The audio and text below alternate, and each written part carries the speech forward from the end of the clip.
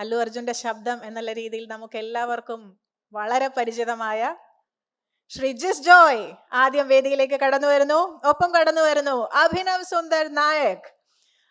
വിനീത് ശ്രീനിവാസന്റെ നമുക്ക് സങ്കല്പിക്കാൻ കഴിയാത്ത ഒരു ഒരു ഒരു മുഖം, ഒരു കഥാപാത്രമായി മുകുന്ദൻ ഉണ്ണി അസോസിയേറ്റ്സിലൂടെ നമുക്ക് കാണിച്ചു തന്ന Abhinav Sundar Nayak, and being joined by none other than Shri Manish Narayan, who will be conducting this conversation.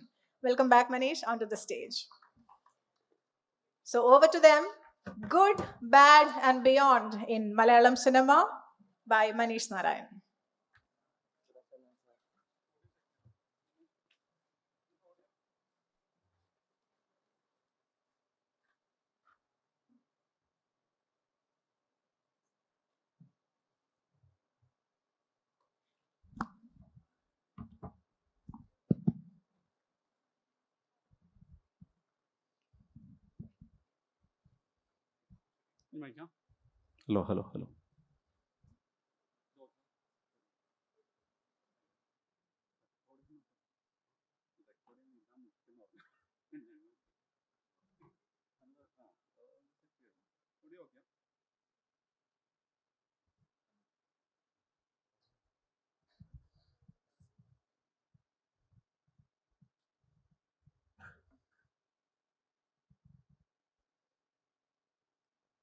Hello. നമസ്കാരം. സമ്മിറ്റ് ഓഫ് ഫ്യൂച്ചർ, ജെയിൻ യൂണിവേഴ്സിറ്റിയുടെ കൊച്ചി ക്യാമ്പസിൻ്റെ സമ്മിറ്റ് ഓഫ് ഫ്യൂച്ചറിൻ്റെ ക്യൂ സ്റ്റുഡിയോ ക്യൂറേറ്റ് ചെയ്ത മൂന്നാമത്തെ സെഷനാണ് ഗുഡ് ബാഡ് ആൻഡ് ബിയോണ്ട് എന്ന സെഷനിലേക്കാണുള്ളത്. സംവിധായകനും നടനുമായ ജിസ് ജോയ്, സംവിധായകൻ അഭിനവ് സുന്ദർ നായക്കുമാണ് ഈ പാനലിലുള്ളത്. നമുക്ക് നേരിട്ട് സംസാരിച്ചു തുടങ്ങാം. ജിസ്, ആദ്യം ചോദിക്കാനുള്ളത്, ഇപ്പം ഏറ്റവും അടുത്ത് വന്നൊരു സ്റ്റേറ്റ്മെൻറ്റ് ഉണ്ടായിരുന്നു സലീം കുമാറിൻ്റെ. ഇപ്പോൾ ചിരി കുറഞ്ഞു, തിയേറ്ററിലും പ്രേക്ഷകർക്കുള്ള ചിരി കുറഞ്ഞു, വയലൻസ് കൂടി എന്നുള്ളത്. സ്വാഭാവികമായിട്ടും ഇതിൻ്റെ ഏറ്റക്കുറച്ചിൽ തിരിച്ചും മറച്ചും ഉണ്ടാവാറുണ്ട്. പക്ഷേ വളരെ മുതിർന്ന മലയാള സിനിമയിൽ അങ്ങനെ ഒരു ലാഫിംഗ് വില്ല ക്രിയേറ്റ് ചെയ്തിട്ടുള്ള ഒരു ആർട്ടിസ്റ്റിൻ്റെ അടുത്ത് നിന്നുണ്ടായതാണ്. അതിൻ്റെ ഒരു വസ്തുത എന്താണ്? പ്രേക്ഷകരുടെ അഭിരുചി മാറിയിട്ടുണ്ടോ, അല്ലെ ഫിലിം മേക്കേഴ്സ് ചിരിപ്പിക്കുന്നതിനേക്കാൾ എളുപ്പം കൊന്നു തള്ളാനാണെന്നൊക്കെ ആലോചിക്കുന്നുണ്ടോ? എനിക്ക് തോന്നുന്നത് ചിരി ഉള്ള സിനിമകൾ ഉണ്ടാക്കാൻ ബുദ്ധിമുട്ടാണ്. എനിക്കൊരു ഇപ്പോൾ ഒരു ഡിബേറ്റിന് വേണ്ടി പറയുന്നതല്ല, ഒരു ത്രില്ലർ ഉണ്ടാക്കുന്നതിനേക്കാൾ ചിരി പടങ്ങൾ ഉണ്ടാക്കാൻ ബുദ്ധിമുട്ട്. അതുകൊണ്ടായിരിക്കും ഒരുപക്ഷെ നമുക്കിവിടെ ഒരു സിദ്ദിഖ് ലാലും ഒരു റാഫി മെക്കാട്ടിനും ഒരു സത്യൻ അന്തിക്കാടും ഒക്കെ മറ്റേ ഒരു ഷാഫിയൊക്കെ ഉണ്ടാകും. അപ്പം അത് തന്നെയായിരിക്കും എൻ്റെ കാര്യം. ഇപ്പോൾ ഇപ്പോഴത്തെ നമ്മളുടെ ഒരു ഫിലിം മേക്കർ എന്നുള്ള സന്തോഷം എന്താണെന്ന് വെച്ചാൽ, ഇന്ന പോലത്തെ സിനിമ എന്നില്ല. ഇപ്പോൾ ഏത് തരം സിനിമകളും ആൾക്കാർ ആക്സെപ്റ്റ് ചെയ്യുന്നുണ്ട്. ഫോർ എക്സാമ്പിൾ, ഇപ്പം മാർക്കോ എന്ന് പറയുന്ന പടം ഇവിടെ ഹിറ്റ് അടിച്ച് നിൽക്കുകയാണ്. ടോട്ടലി കോൺട്രാസ്റ്റഡ് ആയിട്ടുള്ള രേഖാചിത്രം പോലത്തെ ഒരു പടവും അതേ ഓഡിയൻസ് തന്നെ വന്ന് കണ്ട് കൈയടിക്കുകയാണ്. ഒപ്പം ഈ കഴിഞ്ഞ വർഷങ്ങളിലുണ്ടായ ജാനേ മൻ എന്ന് പറയുന്ന പടം, ഇപ്പം ചിരിപ്പടങ്ങളെ കുറിച്ച് പറഞ്ഞപ്പോൾ ഓർത്തു പോയതാണ് കേട്ടോ. ജാനേ മൻ എന്ന് പറഞ്ഞ പടം എന്നെ ഈ തിയേറ്ററിൽ ലാസ്റ്റ് ചിരിപ്പിച്ച ഒരു സിനിമ അതായിരുന്നു. അത് കഴിഞ്ഞങ്ങോട്ട് 2 വർഷം കഴിഞ്ഞിട്ടും അത്തരത്തിലൊരു സിനിമ ഉണ്ടായിട്ടില്ല. പിന്നെ ഈ ജയ ജയ ഹേ എന്ന് പറയുന്ന സിനിമ അവർ പറഞ്ഞിരിക്കുന്ന ഒരു ചിരിയിലൂടെയാണ്. അതുകൊണ്ട് തന്നെ എനിക്ക് തോന്നുന്നു ആ ഒരു സ്കേഴ്സിറ്റി ഉണ്ട് ചിരിപ്പടങ്ങളുടെ. സലീം കുമാർ സാർ പറഞ്ഞത് കറക്റ്റാണ്. കാരണം അതുണ്ടാക്കാൻ ബുദ്ധിമുട്ടാണ്. അത് തന്നെയാണ് എൻ്റെ റീസൺ. ഞാൻ അഭിനവിൻ്റെ മുകുന്ദൻ ഉണ്ണി അസോസിയേറ്റ്സിന് മുമ്പ് തന്നെ അഭിനവിൻ്റെ ട്വീറ്റുകൾ നിരന്തരം കാണുന്ന ഒരാളാണ്. അഭിനവ് വളരെ ഇൻസ്റ്റൻറ്റ് റിയാക്ഷൻ നടത്തുന്ന, ഇൻസ്റ്റൻറ്റ് ഫീഡ്ബാക്ക് ഒക്കെ ആയിരുന്നു പാസ്റ്റ്, അല്ലേ? അപ്പോൾ എനിക്ക് ചോദിക്കാനുള്ളത്, ഈ സിനിമ അങ്ങനെ ഒരു മൾട്ടിപ്പിൾ ജോണർ സിനിമകൾ മലയാളത്തിൽ വരുന്നുണ്ട്. മറ്റ് ഭാഷകളെക്കാളും അതിന് ആക്സെപ്റ്റൻസ് ഇവിടെ ഉണ്ട്. ഭ്രമയുഗമുള്ള ഗവേഷണം തന്നെയാണ് മഞ്ഞുമൽ ബോയ്സ് വരുന്നത്. അങ്ങനെ ഒരു കോൺട്രാസ്റ്റ് ഫീലുള്ള ഇന്ന് മുകുന്ദൻ ഉണ്ണി അസോസിയേറ്റ് പോലത്തെ ഇത് കമേഴ്സ്യലി ഇവിടെ സെലിബ്രേറ്റ് ചെയ്ത പടങ്ങളിലൊന്നാണ്.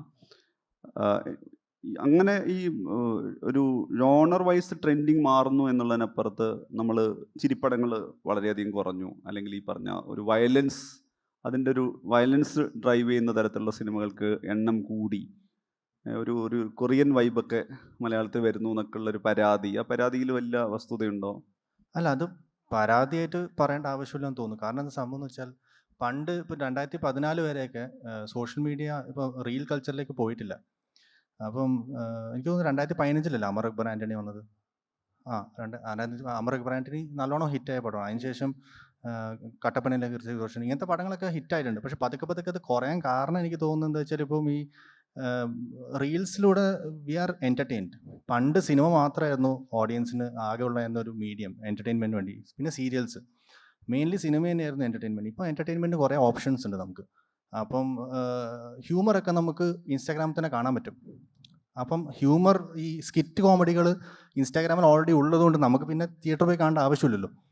അപ്പം പറയാത്ത തമാശകൾ ബാക്കിയില്ല. ഓരോ ദിവസം എടുത്തു നോക്കുമ്പോഴും നല്ല പുതിയ റീൽസ് കാണാം, പുതിയ പെർഫോമൻസ് വരുന്നുണ്ട്. അപ്പോൾ ഇതൊക്കെ കണ്ടിരിക്കുന്ന സമയത്ത് നമുക്ക് തിയേറ്ററിൽ പോയിട്ട് ഇത് ആസ്വദിക്കേണ്ട ആവശ്യമില്ലല്ലോ. ഓഡിയൻസിനാണെങ്കിലും ഫിലിം മേക്കേഴ്സിനാണെങ്കിലും ഇൻസ്പിറേഷൻ കിട്ടുന്നില്ല. കാരണം ഫിലിം മേക്കേഴ്സ് ഇത് കാണുന്നുണ്ടല്ലോ. അപ്പോൾ അവർക്ക് എന്ത് പുതിയ എഴുതും? തമാശ ഡെയിലി വന്നുകൊണ്ടിരിക്കുകയാണ്. അപ്പം അതെനിക്ക് തോന്നുന്നു ഓട്ടോമാറ്റിക്കലി കാലം മാറുന്നതനുസരിച്ചിട്ട് പലതും മാറിക്കൊണ്ടിരിക്കുമല്ലോ. അപ്പോൾ അതിൻ്റെ ഒരു ഭാഗമായിട്ട് കണ്ടാൽ മതി എന്ന് തോന്നുന്നു. ജിസിപ്പോൾ അത്യാവശ്യം ജോണർ ഷിഫ്റ്റ് നടത്തിയിട്ടുള്ള തലവൻ വരെയുള്ള സിനിമ നോക്കിക്കുമ്പോൾ ഒരേ ശൈലി സിനിമ അല്ല ആവർത്തിക്കുന്നത്. ഇപ്പോൾ OTT-കളുടെ അടുത്തുള്ള പടമാണെങ്കിലും വ്യത്യാസം വരുത്താൻ ശ്രമിക്കുന്നുണ്ട്. പക്ഷേ അതേസമയം തന്നെ ഈ പറഞ്ഞ നന്മ, ഫീൽ ഗുഡ് പടങ്ങൾ എന്നുള്ള പേരിലാണ് ജിസിനെ മുദ്ര കുത്തിയിട്ടുള്ളത്. എനിക്ക് ചോദിക്കാനുള്ളത്, ഏത് തരം പടങ്ങൾ എന്നാണ് ആദ്യം ആലോചിക്കുക? അല്ലെങ്കിൽ ഒരു സ്ക്രിപ്റ്റ് മുന്നിലിട്ട് വന്നാൽ, അല്ലെങ്കിൽ ഇപ്പം അടുത്തത് ത്രില്ലർ ചെയ്യാമെന്നാണോ ആദ്യം ആലോചിക്കുക? അല്ലെങ്കിൽ അടുത്തത് ഒരു ഫീൽ ഗുഡ് ചെയ്യാമെന്നാണോ ആലോചിക്കുക? അതിനു മുമ്പ് ഈ പറഞ്ഞ ആകർഷിക്കുന്ന കഥ, അതിന് പറ്റുന്നൊരു ട്രീറ്റ്മെൻറ്റ് എന്നുള്ള നിലയ്ക്കാണോ? തീർച്ചയായിട്ടും ഇന്ന ഒരു ഫോർമാറ്റിൽ ഒരു പടം ചെയ്യാം അങ്ങനെ ഒരിക്കലും ആലോചിച്ചിട്ടില്ല. ഇപ്പം 2013 ബൈസൈക്കിൾ തീവ്സ് എന്ന് പറയുന്ന പടം ചെയ്യുമ്പോൾ അത് കൈൻഡ് ഓഫ് ത്രില്ലർ ആയിരുന്നു. കുറേ ട്വിസ്റ്റുകളുള്ള പടമായിരുന്നു. അതിനിടയിൽ ഒരു ഫാമിലി ഒക്കെ ഞാൻ കൊണ്ടുവന്നു. എനിക്ക് നമ്മളെല്ലാവരും ഈ നമ്മളെ സ്വാധീനിച്ചിട്ടുള്ള ഫിലിം മേക്കേഴ്സ് ഉണ്ടല്ലോ. ഇപ്പോൾ ഫോർ എക്സാമ്പിൾ എന്നെ സംബന്ധിച്ചോളം ശ്രീനിയേട്ടൻ, സത്യൻ അന്തിക്കാട്, സിദ്ദിഖ് ലാൽ എന്ന് പറഞ്ഞാൽ എന്നെ വല്ലാതെ സ്വാധീനിച്ചിട്ടുള്ള ആൾക്കാരാണ്.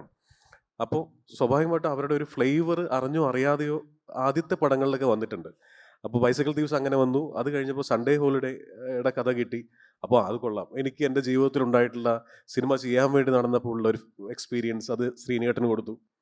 അപ്പോൾ കണ്ടുമുട്ടിയ ആൾക്കാർ അല്ലു അർജുൻ പടത്തിന് പാട്ട് എഴുതുന്ന സിദ്ദിഖയുടെ കഥാപാത്രത്തെ അങ്ങനെ കൊണ്ടുവന്നു. അപ്പോൾ ആ സിനിമയിലൊക്കെ എനിക്ക് നേരിട്ട് പരിചയമുള്ള കഥാപാത്രങ്ങളെ കൊണ്ടുവരികയായിരുന്നു.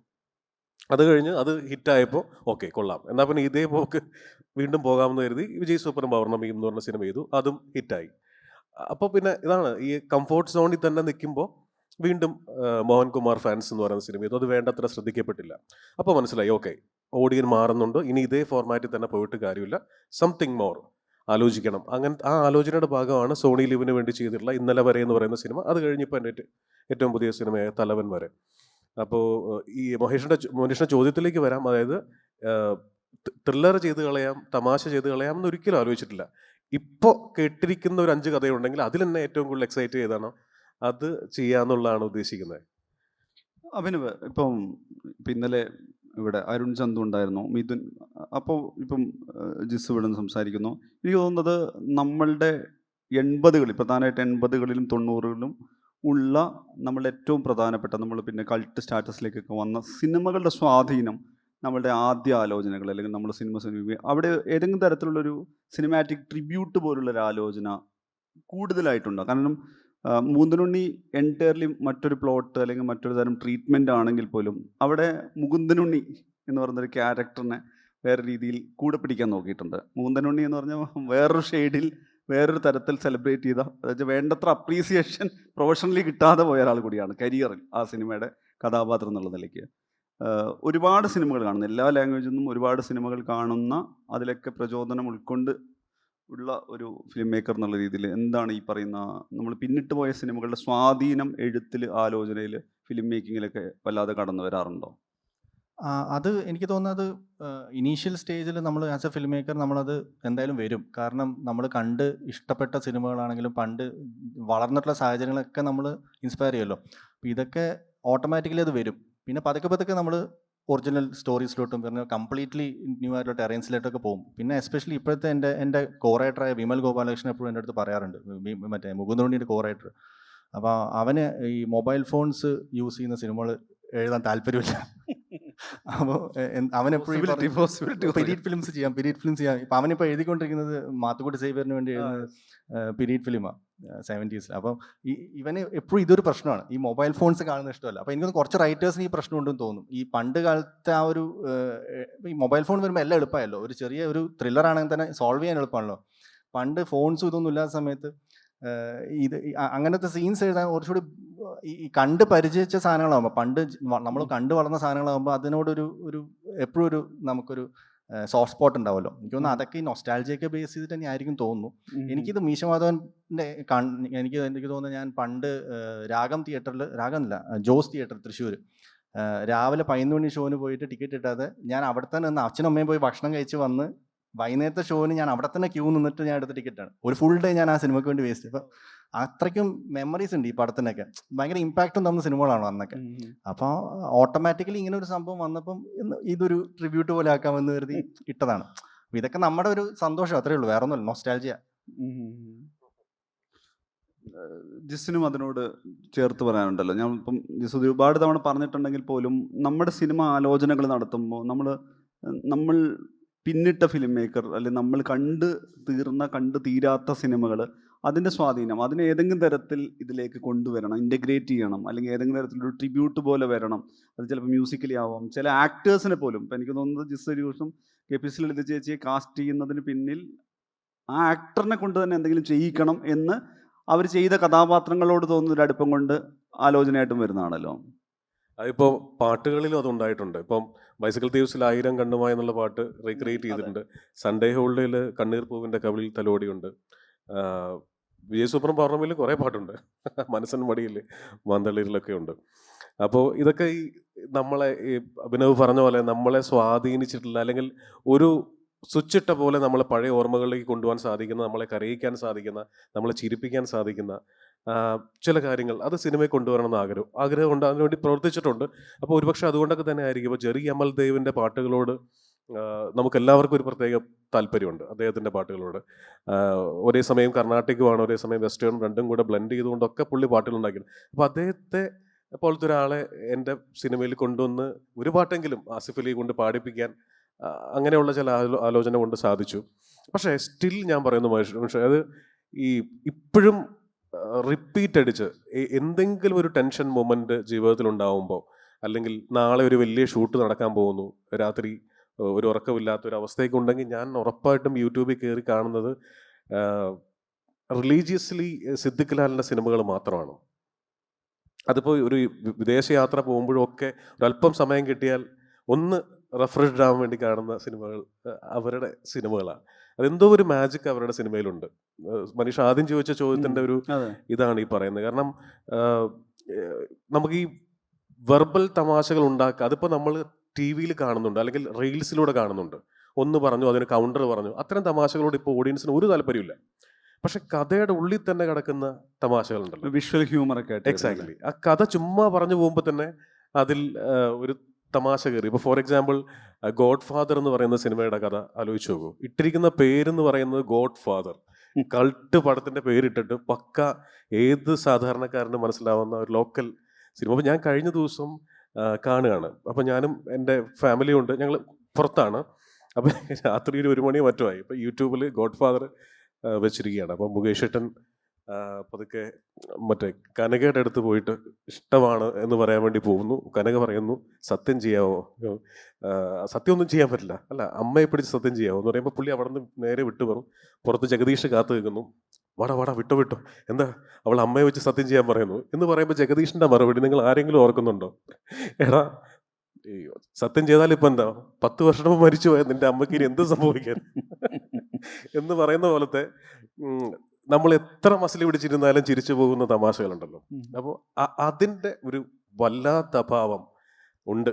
അത് അത്രയും ബ്രില്യൻ്റ് ആയിട്ടുള്ള റൈറ്റേഴ്സിന് മാത്രം സാധിക്കുന്ന കാര്യമെന്ന് ഞാൻ വിചാരിക്കുന്നു. അപ്പോൾ അത്തരത്തിലുള്ള ഏതെങ്കിലും രീതിയിൽ കൊണ്ടുവരണമെന്ന് ആഗ്രഹമുണ്ട് സിനിമയിൽ. അതിനുവേണ്ടിയിട്ടുള്ള ശ്രമങ്ങൾ നടക്കുന്നുണ്ട്. ഈ അഭിനവിനോടും ജിസിനോടും ചേർത്ത് ചോദിക്കാവുന്ന സാധനം, നമ്മുടെ ഈ ടോപ്പിക്കിനോട് കണക്ട് ചെയ്തിട്ട്, ഈ മുമ്പ് മോഹൻലാലിൻ്റെ മീശവരി സിനിമകൾ വലിയ രീതിയിൽ സെലിബ്രേറ്റ് ചെയ്യുന്നൊരു കാലത്ത് രാവണപ്രഭു വന്നപ്പോൾ അതിൻ്റെ ക്ലൈമാക്സിൽ അല്ലെ രാവണപ്രഭുവിൻ്റെ തന്നെ അല്ല ഉസ്താദിൻ്റെ ക്ലൈമാക്സിലേക്കുള്ള സീനിൽ മോഹൻലാൽ കഥാപാത്രം മരുഭൂമിയിൽ മറ്റേ വാള് കുത്തിപ്പിടിച്ചിട്ട് ഈ പുതിയ തലമുറ വഴി തെറ്റും, അതുകൊണ്ട് ഞങ്ങൾ അക്രമത്തിൻ്റെ വഴിയില്ല എന്ന് പറഞ്ഞിട്ട് യൂസഫ് ഷാനെ എനിക്കൊന്ന് കൊല്ലാതെ വിടുക കണ്ടാണ്. ശരിക്കും അതിൻ്റെ തൊട്ട് മുമ്പ് മാധ്യമങ്ങളിലൊക്കെ വിമർശനമായിട്ട് ശരിക്കും വന്നിട്ടുണ്ടായിരുന്നു, ഈ അക്രമം പ്രോത്സാഹിപ്പിക്കുകയാണ് മോഹൻലാലിന്. മുമ്പൊരിക്കൽ സുരേഷ് ഗോപി ഇതുപോലെ ഇനി തോക്കെടുക്കുന്നില്ല കുറച്ച് കാലത്തേക്ക് എന്ന് പറഞ്ഞിരുന്നു. കാരണം ഈ അക്രമം, വയലൻസ് അങ്ങനെ ഒരു സമൂഹത്തിലേക്ക് ഒരു മെസ്സേജ് പാസ് ചെയ്യുന്നില്ല എന്നുള്ളത് വളരെ പ്രധാനപ്പെട്ട ഒരുപാട് ഫിലിം മേക്കേഴ്സ് ആവർത്തിച്ചൊരു സ്റ്റേറ്റ്മെൻ്റ് ഉണ്ട്. മെസ്സേജ് കാണാനാണെങ്കിൽ മൊബൈലിൽ ടെക്സ്റ്റ് മെസ്സേജ് അയച്ചാൽ പോരെ, സമൂഹത്തിന് കിട്ടാവുന്നതാണെങ്കിൽ സിനിമ 2-2.5 മണിക്കൂർ ചെയ്യാൻ പറഞ്ഞു. എൻ്റെ ചോദ്യം ഇതിൻ്റെ ഒരു തുടർച്ച ചോദിക്കാനുള്ളത്, ഏതെങ്കിലും തരത്തിൽ സാമൂഹികമായൊരു നന്മയിലേക്ക്, ഒരു സമൂഹത്തിൻ്റെ ഒരു നല്ല സംഗതി, ഒരു പോസിറ്റീവ് മെസ്സേജിൽ സിനിമ അവസാനിപ്പിക്കണം എന്നുള്ള ഒരു നിർബന്ധ ബുദ്ധിയോ ബാധ്യതയോ ഭാരമോ ഒരു ക്രിയേറ്ററിലേക്ക് വരുന്ന സാഹചര്യമുണ്ടോ, അല്ലെങ്കിൽ അത് മാറിയിട്ടുണ്ടോ? തീർച്ചയായിട്ടും ഇപ്പോൾ അത് മാറിയിട്ടുണ്ട്. ഇപ്പോൾ ആൾക്കാരങ്ങനെ പ്രഡിക്റ്റ് ചെയ്യേണ്ട. ഇപ്പോൾ ഫോർ എക്സാമ്പിൾ ഇയാളുടെ സിനിമ ഇങ്ങനെ അവസാനിക്കൂ എന്ന് പറയുന്ന, അതാണ് ഏറ്റവും വലിയ കുറവെന്ന് പറയുന്നത്. ഇപ്പോൾ ഒരു ന്യൂനതയായിട്ട് കാണുന്നത് അതിനെയാണ്. അപ്പോൾ അതുകൊണ്ട് എനിക്ക് തോന്നുന്നു ഇപ്പോൾ വരുന്ന ഫിലിം മേക്കേഴ്സൊക്കെ അതിനെ ബ്രേക്ക് ചെയ്യാനാണ് ശ്രമിക്കുന്നത്. ഓഡിയൻ ഇങ്ങനെ ചിന്തിക്കും, സോ ഞങ്ങൾ അങ്ങനെ ചിന്തിക്കുന്നില്ല. ഒരു കാലത്ത് ഓർക്കുന്നുണ്ട്, ഇപ്പോൾ വന്ദനം പോലത്തെ ഒരു സിനിമ. വന്ദനം സിനിമ അന്ന് പരാജയപ്പെട്ട സിനിമയാണ്, അറിയാലോ. നമ്മളെ ഏറ്റവും കൂടുതൽ ചിരിപ്പിച്ചിരിക്കുന്ന ഒരു സിനിമ. പക്ഷേ ആ സിനിമ പരാജയപ്പെട്ടു പോയി. അതിൻ്റെ കാരണം ഈ രണ്ടുപേരും ക്ലൈമാക്സിൽ കണ്ടുമുട്ടുന്നില്ല, അവർ പിരിഞ്ഞു പോകുന്നു എന്ന് പറയുന്നതാണ്. ആ സമയത്ത് അങ്ങനെ ഒത്തിരി ഉണ്ടായിരുന്നു. ഇപ്പോൾ താളവട്ടത്തിൽ മോഹൻലാൽ സാർ കോമയിൽ പോകുന്നതായിരുന്നു, ചിത്രത്തിൽ അദ്ദേഹത്തെ തൂക്കിക്കൊല്ലാൻ കൊണ്ടുപോകുന്നതായിരുന്നു. അപ്പോൾ പിടി കിട്ടുന്നില്ല. അതേ ചിത്രം കൂടെ സൂപ്പർ ഹിറ്റ് ആവുന്നുണ്ട്, വന്ദനം പൊളിയുന്നുണ്ട്, താളവട്ടം ആവറേജ് ആയിട്ട് പോകുന്നുണ്ട്. ശ്രീനേട്ടനോട് ഞാൻ ഒരിക്കൽ ചോദിച്ചു, സൺഡേ ഹോൾഡിൽ അഭിനയിക്കുന്ന സമയത്ത്, ശ്രീനേട്ട നിങ്ങൾ എന്തുകൊണ്ടാണ് കഥ പറയുമ്പോൾ എന്ന് പറഞ്ഞ സിനിമയിൽ കലാസൃഷ്ടികൾക്ക് മനുഷ്യനെ അത്രയൊന്നും സ്വാധീനിക്കാൻ സാധിക്കില്ല എന്നാണ് ഞാൻ വിചാരിക്കുന്നത് എന്ന് മമ്മൂക്കയെ കൊണ്ട് പറയിപ്പിച്ചത്. അപ്പോൾ ശ്രീനേട്ടൻ സ്ട്രോങ് ആയിട്ട് എന്നോട് പറഞ്ഞു, ഉറപ്പാണ് ജിസേ, ഞാൻ വിശ്വസിക്കുന്നു കലാസൃഷ്ടികൾക്ക് ഒരു പരിധിവരെ സ്വാധീനം ചെലുത്താൻ സാധിക്കില്ല. അപ്പം ഞാൻ ശ്രീനേട്ടനോട് പറഞ്ഞതും നിരവധി എൻ്റെ ഇൻ്റർവ്യൂസിൽ ഞാൻ പറഞ്ഞിട്ടുള്ള ഒരു കാര്യമാണ്, പറ്റും ശ്രീനേട്ട. സ്ഫടികം എന്ന് പറയുന്ന സിനിമ എന്നെ സ്വാധീനിച്ചിട്ടുണ്ട്, ഓരോ വിദ്യാർത്ഥിയെയും മാതാപിതാക്കളെയും സ്വാധീനിച്ചിട്ടുണ്ട്. കിരീടം എന്ന് പറയുന്ന സിനിമ എന്നെ വല്ലാതെ സ്വാധീനിച്ചിട്ടുള്ള സിനിമയാണ്. അപ്പോൾ അങ്ങനെ നമുക്ക് പറയാൻ പറ്റുമോ സ്വാധീനിച്ചിട്ടില്ല എന്നുള്ളത്? സിനിമ നല്ല രീതിയിലും ചീത്ത രീതിയിലും ഉറപ്പായിട്ട്, കാരണം ഏറ്റവും വലിയ മാധ്യമമാണ്, അതായത് ഏറ്റവും കൂടുതൽ ആൾക്കാരെ ആകർഷിക്കുന്നൊരു. ഞാൻ ഒരിക്കൽ ഇവിടെ ഈ ടോപ്പിക് ഇവിടെ നിൽക്കുമ്പോഴും ഇതിൻ്റെ കോൺട്രാസ്റ്റഡ് ആയിട്ടുള്ള ഒരു ചാപ്റ്ററും കൂടെ പറയാം. ഞാൻ ഈ പാലാരിവട്ടത്ത് കൂടെ കാർ ഓടിച്ചു പോവാണ് വർഷങ്ങൾക്ക് മുമ്പ്, 10-12 വർഷം മുമ്പായി. അവിടെ ഒരു വായനശാലയുടെ ഉദ്ഘാടനം നടക്കുന്നുണ്ട്. ഉദ്ഘാടനം ചെയ്യുന്നത് ക്യാപ്റ്റൻ രാജുചേട്ടനാണ്. ക്യാപ്റ്റൻ രാജുചേട്ടൻ്റെ പ്രസംഗം നടന്നുകൊണ്ടിരിക്കുക. അപ്പോൾ ക്യാപ്റ്റൻ രാജുചേട്ടനായതുകൊണ്ട് ഞാൻ പതുക്കെ കാർ ഇവിടെ ഒതുക്കി. പുള്ളി പറയണം, സുഹൃത്തുക്കളെ ഞങ്ങളെല്ലാവരും കേൾക്കുന്നു, ഞാനൊക്കെ ഒരു വീട്ടിൽ ചെല്ലുമ്പോൾ ഒരു കപ്പ് ചായ പോലും തരാറില്ല, ഞാൻ എപ്പോഴും കേൾക്കുന്നു സിനിമ മനുഷ്യനെ സ്വാധീനിക്കുന്നുണ്ട്, നശിപ്പിക്കുന്നുണ്ട്. ഞാനൊന്ന് ചോദിക്കട്ടെ, രാവണൻ സീതയെ തട്ടിക്കൊണ്ടുപോയത് ഏത് സിനിമ കണ്ടിട്ടാണ്? യൂദാസ് യേശുക്രിസ്തുവിന് ഒറ്റ കൊടുത്തത് ഏത് സിനിമ കണ്ടിട്ടാണ് സുഹൃത്തുക്കളെ? ഏതുകൊണ്ട് ഘോരാഘോരം ക്യാപ്റ്റൻ രാജുചേട്ടൻ പ്രസംഗിച്ചുകൊണ്ടിരിക്കുകയാണ്. അപ്പം രണ്ട് രീതിയിലും അതിനെ കാണുന്ന ആൾക്കാരുണ്ട്. പേഴ്സണലി എന്നോട് ചോദിച്ചാൽ സിനിമയ്ക്ക് ഭയങ്കരമായിട്ടുള്ള സ്വാധീന ശേഷിയുണ്ട്, മനുഷ്യനെ സ്വാധീനിച്ചുകൊണ്ടേയിരിക്കുന്നു. എന്തും ഇമിറ്റേറ്റ് ചെയ്യാനുള്ള ഒരു ടെൻഡൻസി സിനിമ കൊടുക്കുന്നുണ്ട്. എന്താണ് ഇതിൽ എനിക്ക് തോന്നുന്നു കുറച്ചുകൂടി നുവാൻസ്ഡ് ആയിട്ട് ആലോചിക്കേണ്ട കാര്യം. ഇതിൽ ഈ ഒരു 18 വയസ്സ് വരെയൊക്കെ ഒരു 18 വയസ്സെന്ന് പറയാൻ പറ്റില്ല, ഒരു എക്സാക്ട് ഏജ് പറയാൻ പറ്റില്ല. കുട്ടികളെ സ്വാധീനിക്കും സിനിമ, എന്തായാലും സ്വാധീനിക്കും, അതിലൊരു ഡൗട്ടുമില്ല. സിനിമ മാത്രമല്ല, എന്തും സ്വാധീനിക്കും, എല്ലാം ചുറ്റുപറ്റുള്ള എല്ലാ കാര്യങ്ങളും സ്വാധീനിക്കും. അച്ഛനമ്മ അടികൂടുന്നതാണ്, കുട്ടികളുടെ മുന്നിൽ നിന്ന് അടികൂടുകയാണെങ്കിൽ സ്വാധീനിക്കും, മോശമാണ്, കുട്ടികൾ സൈക്കോളജി ഡാമേജ് ഉണ്ടാവും. ഞാൻ പറയുന്ന എല്ലാ കാര്യങ്ങളും കുട്ടികളെ സ്വാധീനം. അപ്പം കുട്ടികളുടെ കാര്യം വിട്ട് കഴിഞ്ഞാൽ എഡൽസിനെ സ്വാധീനിക്കില്ല എന്നാണ് എനിക്ക് തോന്നിയിട്ടുള്ളത്. എഡൽസിനെ കാരണം അവരുടെ ബ്രെയിൻ ഒരു ഘട്ടത്തിനപ്പുറം വളർന്ന് അവർ ബ്രെയിൻ ഫോം ചെയ്ത് കഴിഞ്ഞ് കഴിഞ്ഞാൽ പിന്നെ നമുക്ക് സ്വാധീനിക്കാൻ പറ്റില്ല. അവർക്ക് ഓൾറെഡി ഉണ്ടായിട്ടുള്ള സൈക്കോളജിക്കലായിട്ടുള്ള ഇഷ്യൂസിനെ ട്രിഗർ ചെയ്യാൻ പറ്റും, അത് പറ്റും. ഇപ്പം അത് പക്ഷേ സിനിമ വേണമെന്നില്ലല്ലോ. ഇപ്പോൾ ഒരാൾ കൊല്ലാൻ തീരുമാനിച്ചു കഴിഞ്ഞാൽ സൂക്ഷ്മദർശിനി കണ്ടിട്ട് അതുപോലെ കൊല്ലാമെന്ന് തീരുമാനിക്കും. പക്ഷെ കൊല്ലാൻ തീരുമാനിക്കുന്നത് സൂക്ഷ്മദർശിനി കണ്ടിട്ടല്ല, അത് അയാളുടെ സൈക്കോളജിക്കൽ പ്രോബ്ലം ആണ്. ഒന്നിൽ ഗൂഗിൾ സെർച്ച് ചെയ്യാം, സിനിമയുടെ റെഫറൻസ് എടുക്കാം. അപ്പോൾ അത് നമുക്ക് സിനിമേനെ ബ്ലെയിം ചെയ്യാൻ പറ്റില്ല. അത് ഓൾറെഡി ഉള്ള സൈക്കോളജിക്കൽ പ്രോബ്ലംസിനെ ട്രിഗർ ചെയ്യാം. അത് സിനിമ മാത്രമല്ല, പാട്ട് ട്രിഗർ ചെയ്യും, എല്ലാം ട്രിഗർ ചെയ്യും. പാട്ടിലുള്ള ലിറിക്സ് ട്രിഗർ ചെയ്യാം. ചിലപ്പോൾ അത് അയാളുടെ മുന്നത്തെ ഏതുകൊണ്ട് ട്രോമയായിട്ട് എന്തെങ്കിലും ലിങ്ക്ഡ് ആണെങ്കിൽ ആ ലിറിക്സ് ഭയങ്കരമായി ട്രിഗർ ചെയ്ത് കഴിഞ്ഞാൽ ചിലപ്പോൾ അയാൾ സൂസൈഡ് വരെ ചെയ്യും. അത് കരുതി ആ പാട്ടിനെ നമുക്കൊന്നും ചെയ്യാൻ പറ്റില്ലല്ലോ. അങ്ങനെ വെച്ചാൽ ലോകം മൊത്തം നമുക്ക് പ്രശ്നക്കാരായിട്ട് നമുക്ക് എല്ലാവരെയും നമുക്ക് ഓരോ ആൾക്കാരെ നമുക്ക് അക്കൗണ്ടബിൾ ആക്കി വെക്കേണ്ടി വരും. അപ്പം സിനിമനെ എന്തായാലും നമുക്ക് അങ്ങനെ അക്കൗണ്ടബിൾ ആക്കി വെക്കാനും പറ്റുമല്ലോ. നമുക്ക് we are giving too much credit to movies. Movies are for entertainment and for expression. Um, ഉം.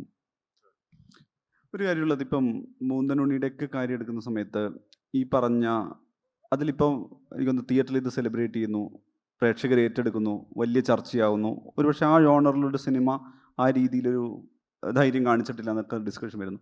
അപ്പോഴും ഈ ഫിലിം മേക്കേഴ്സിന് മേളിലൊരു ഒരു ഒരു സെൻസർഷിപ്പ് പോലൊരു ഇത് വരുമല്ലോ. അതിനുശേഷം നിങ്ങളത് സമൂഹത്തിന് എന്താണ് കൊടുത്തത്? ഒരു മൂന്തനുണ്ണിക്ക് ഇപ്പം നേരത്തെ കുമ്പളങ്ങി നീഡ്സ് വന്നപ്പോൾ ഷമ്മിയുടെ ഫാൻസിൻ്റെ ഒരു സർവേ, ഷമ്മിക്ക് കൂടുതൽ ഫാൻസ് വരുന്നു പെർഫോമൻസ് ഡ്രിവണായിട്ട്. അല്ലെങ്കിൽ ഇപ്പോൾ എനിക്കൊന്ന് പണിയുടെ വില്ലന്മാരെ ഫോളോ ചെയ്യുന്നവരുടെ എണ്ണം കൂടുന്നു എന്നൊക്കെ പറഞ്ഞ് അങ്ങനെ കൂടി ഈ പറഞ്ഞ ഒരു എന്താ പറയുക ഒരു ക്രിറ്റിസിസോ സംഗതി കൂടി വരുന്നത് ആഫ്റ്റർ ഫിലിം അങ്ങനെ കൂടി വരുന്നൊരു സാഹചര്യം ഇല്ലേ?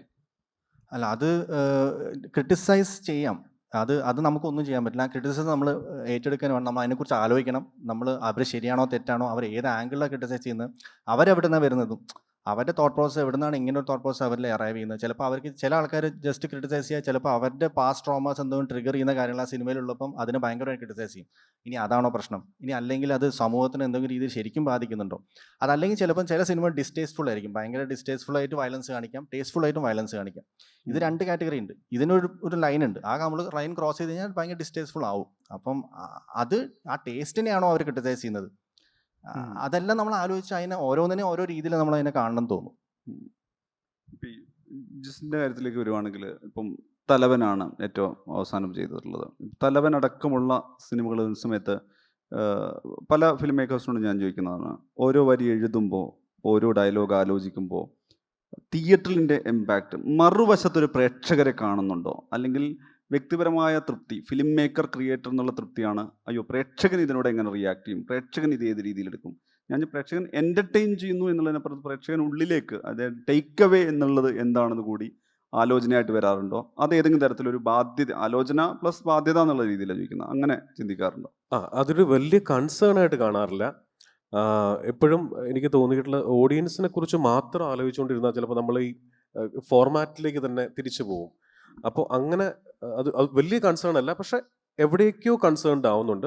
അതിന് വേണ്ടി ഒന്നും എഴുതാറില്ല. ഇപ്പം എന്നെ സംബന്ധിച്ചിടത്തോളം എഴുതി കഴിയും, ഒരു സീൻ എഴുതുമ്പോൾ എന്താണോ നമ്മൾ ആഗ്രഹിക്കുന്നത് അത് തന്നെയാണ് എഴുതുന്നത്. പക്ഷെ എഴുതി കഴിഞ്ഞിട്ട് ഞാൻ സ്വാഭാവികമായിട്ടും ചെയ്യുന്നൊരു കാര്യം, കണ്ണടച്ച് ആ സീനൊന്ന് പഠിക്കും, എഴുതി കഴിഞ്ഞിട്ട് മൊത്തം ഒന്ന് കൺസീവ് ചെയ്യും. എന്നിട്ട് ഞാനൊരു ഒറ്റയ്ക്കൊരു തിയേറ്ററിനകത്ത് ഇരുന്ന് സ്ക്രീനിൽ അത് കാണുന്ന പോലെ ഇമാജിൻ ചെയ്യും. അത് ആദ്യത്തെ സിനിമ മുതൽ ഫോളോ ചെയ്യുന്ന ഒരു പാറ്റേൺ ആണ്. ഓരോ സീൻ എഴുതി കഴിയുമ്പോൾ ചിലപ്പോൾ 2 സീനോ 3 സീനോ ഒരുമിച്ച് എഴുതും.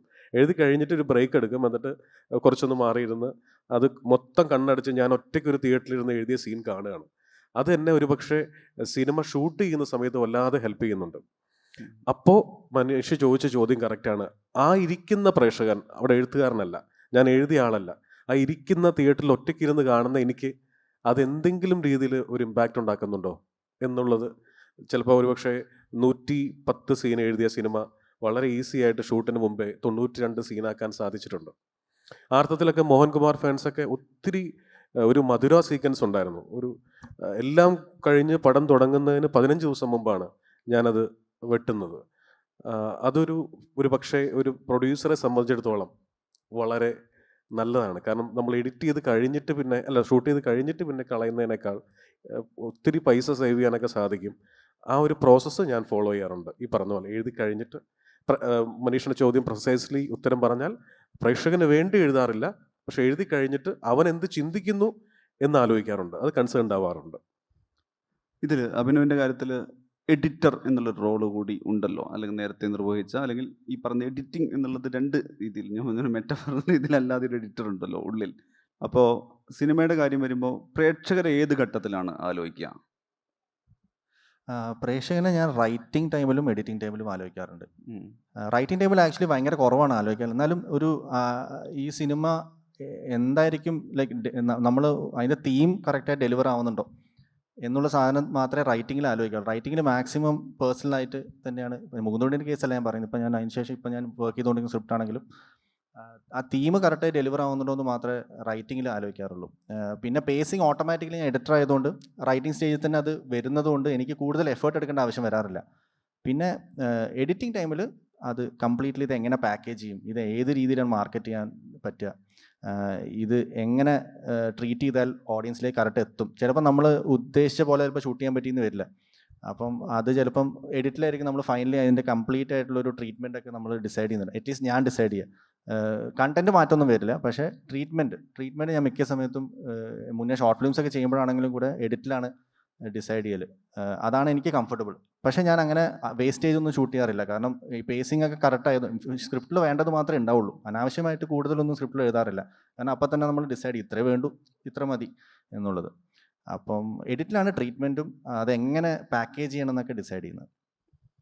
നേരത്തെ പറഞ്ഞത് നമ്മൾ ഈ വയലൻസ് ഒക്കെ ഇതിൽ കണക്ട് ചെയ്യുന്ന ചോദിച്ചാണ്. ഇപ്പം ജിസ്സിനെ സംബന്ധിച്ചിടത്തോളം ജിസ് ഏത് തരം സിനിമ എടുക്കുന്ന സമയത്ത് ജസ്റ്റ് ഒരു ഫീൽ ഗുഡ് സിനിമ എന്നുള്ള രീതിയിലൊരു സ്റ്റാമ്പ് ഇപ്പം ഞാൻ പറഞ്ഞത് OTT-യിൽ വന്ന സോണിയിൽ വന്നിട്ടുള്ള ഇന്നലെ വരെ അങ്ങനെ ഈ പറഞ്ഞ മുൻവിധികളെല്ലാം അപ്രസക്തമാകുന്നത്. തലവനും അത്തരത്തിലല്ല. പക്ഷേ ആദ്യത്തെ സിനിമയല്ല ഒരു തരത്തിൽ. പക്ഷേ അതിനിടയിൽ ചെയ്ത സിനിമകൾ അല്ലെങ്കിൽ ചിലപ്പോൾ ആ സിനിമയിൽ നിന്ന് സെലിബ്രേറ്റ് ചെയ്യപ്പെട്ടതും ഇപ്പോഴത്തെ ഏതെങ്കിലും തരത്തിൽ ട്രോൾ ചെയ്യപ്പെട്ടതുമായിട്ടുള്ള ഈ ഡയലോഗൊക്കെ ചേർത്തിട്ട് ഫീൽ ഗുഡ്, ഈ സത്യനന്ദി സിനിമ അന്തിക്കാട് സിനിമകളുടെ തുടർച്ച അല്ലെങ്കിൽ ഫീൽ ഗുഡ് സിനിമ എന്ന് പറയുന്ന സാധനം ഒരു ഓവർ റേറ്റഡ് നന്മ എന്നൊക്കെയുള്ള രീതിയിൽ ടാഗ് വരുന്നത്, അത് ഏത് രീതിയിലാണ് കാണുന്നത്? കാരണം വെച്ചാൽ ഇതിനി പൊളിച്ച് കളയേണ്ടി വരുമല്ലോ എന്നുള്ള രീതിയിൽ അതൊരു പ്രഷറായി മാറാറുണ്ടോ?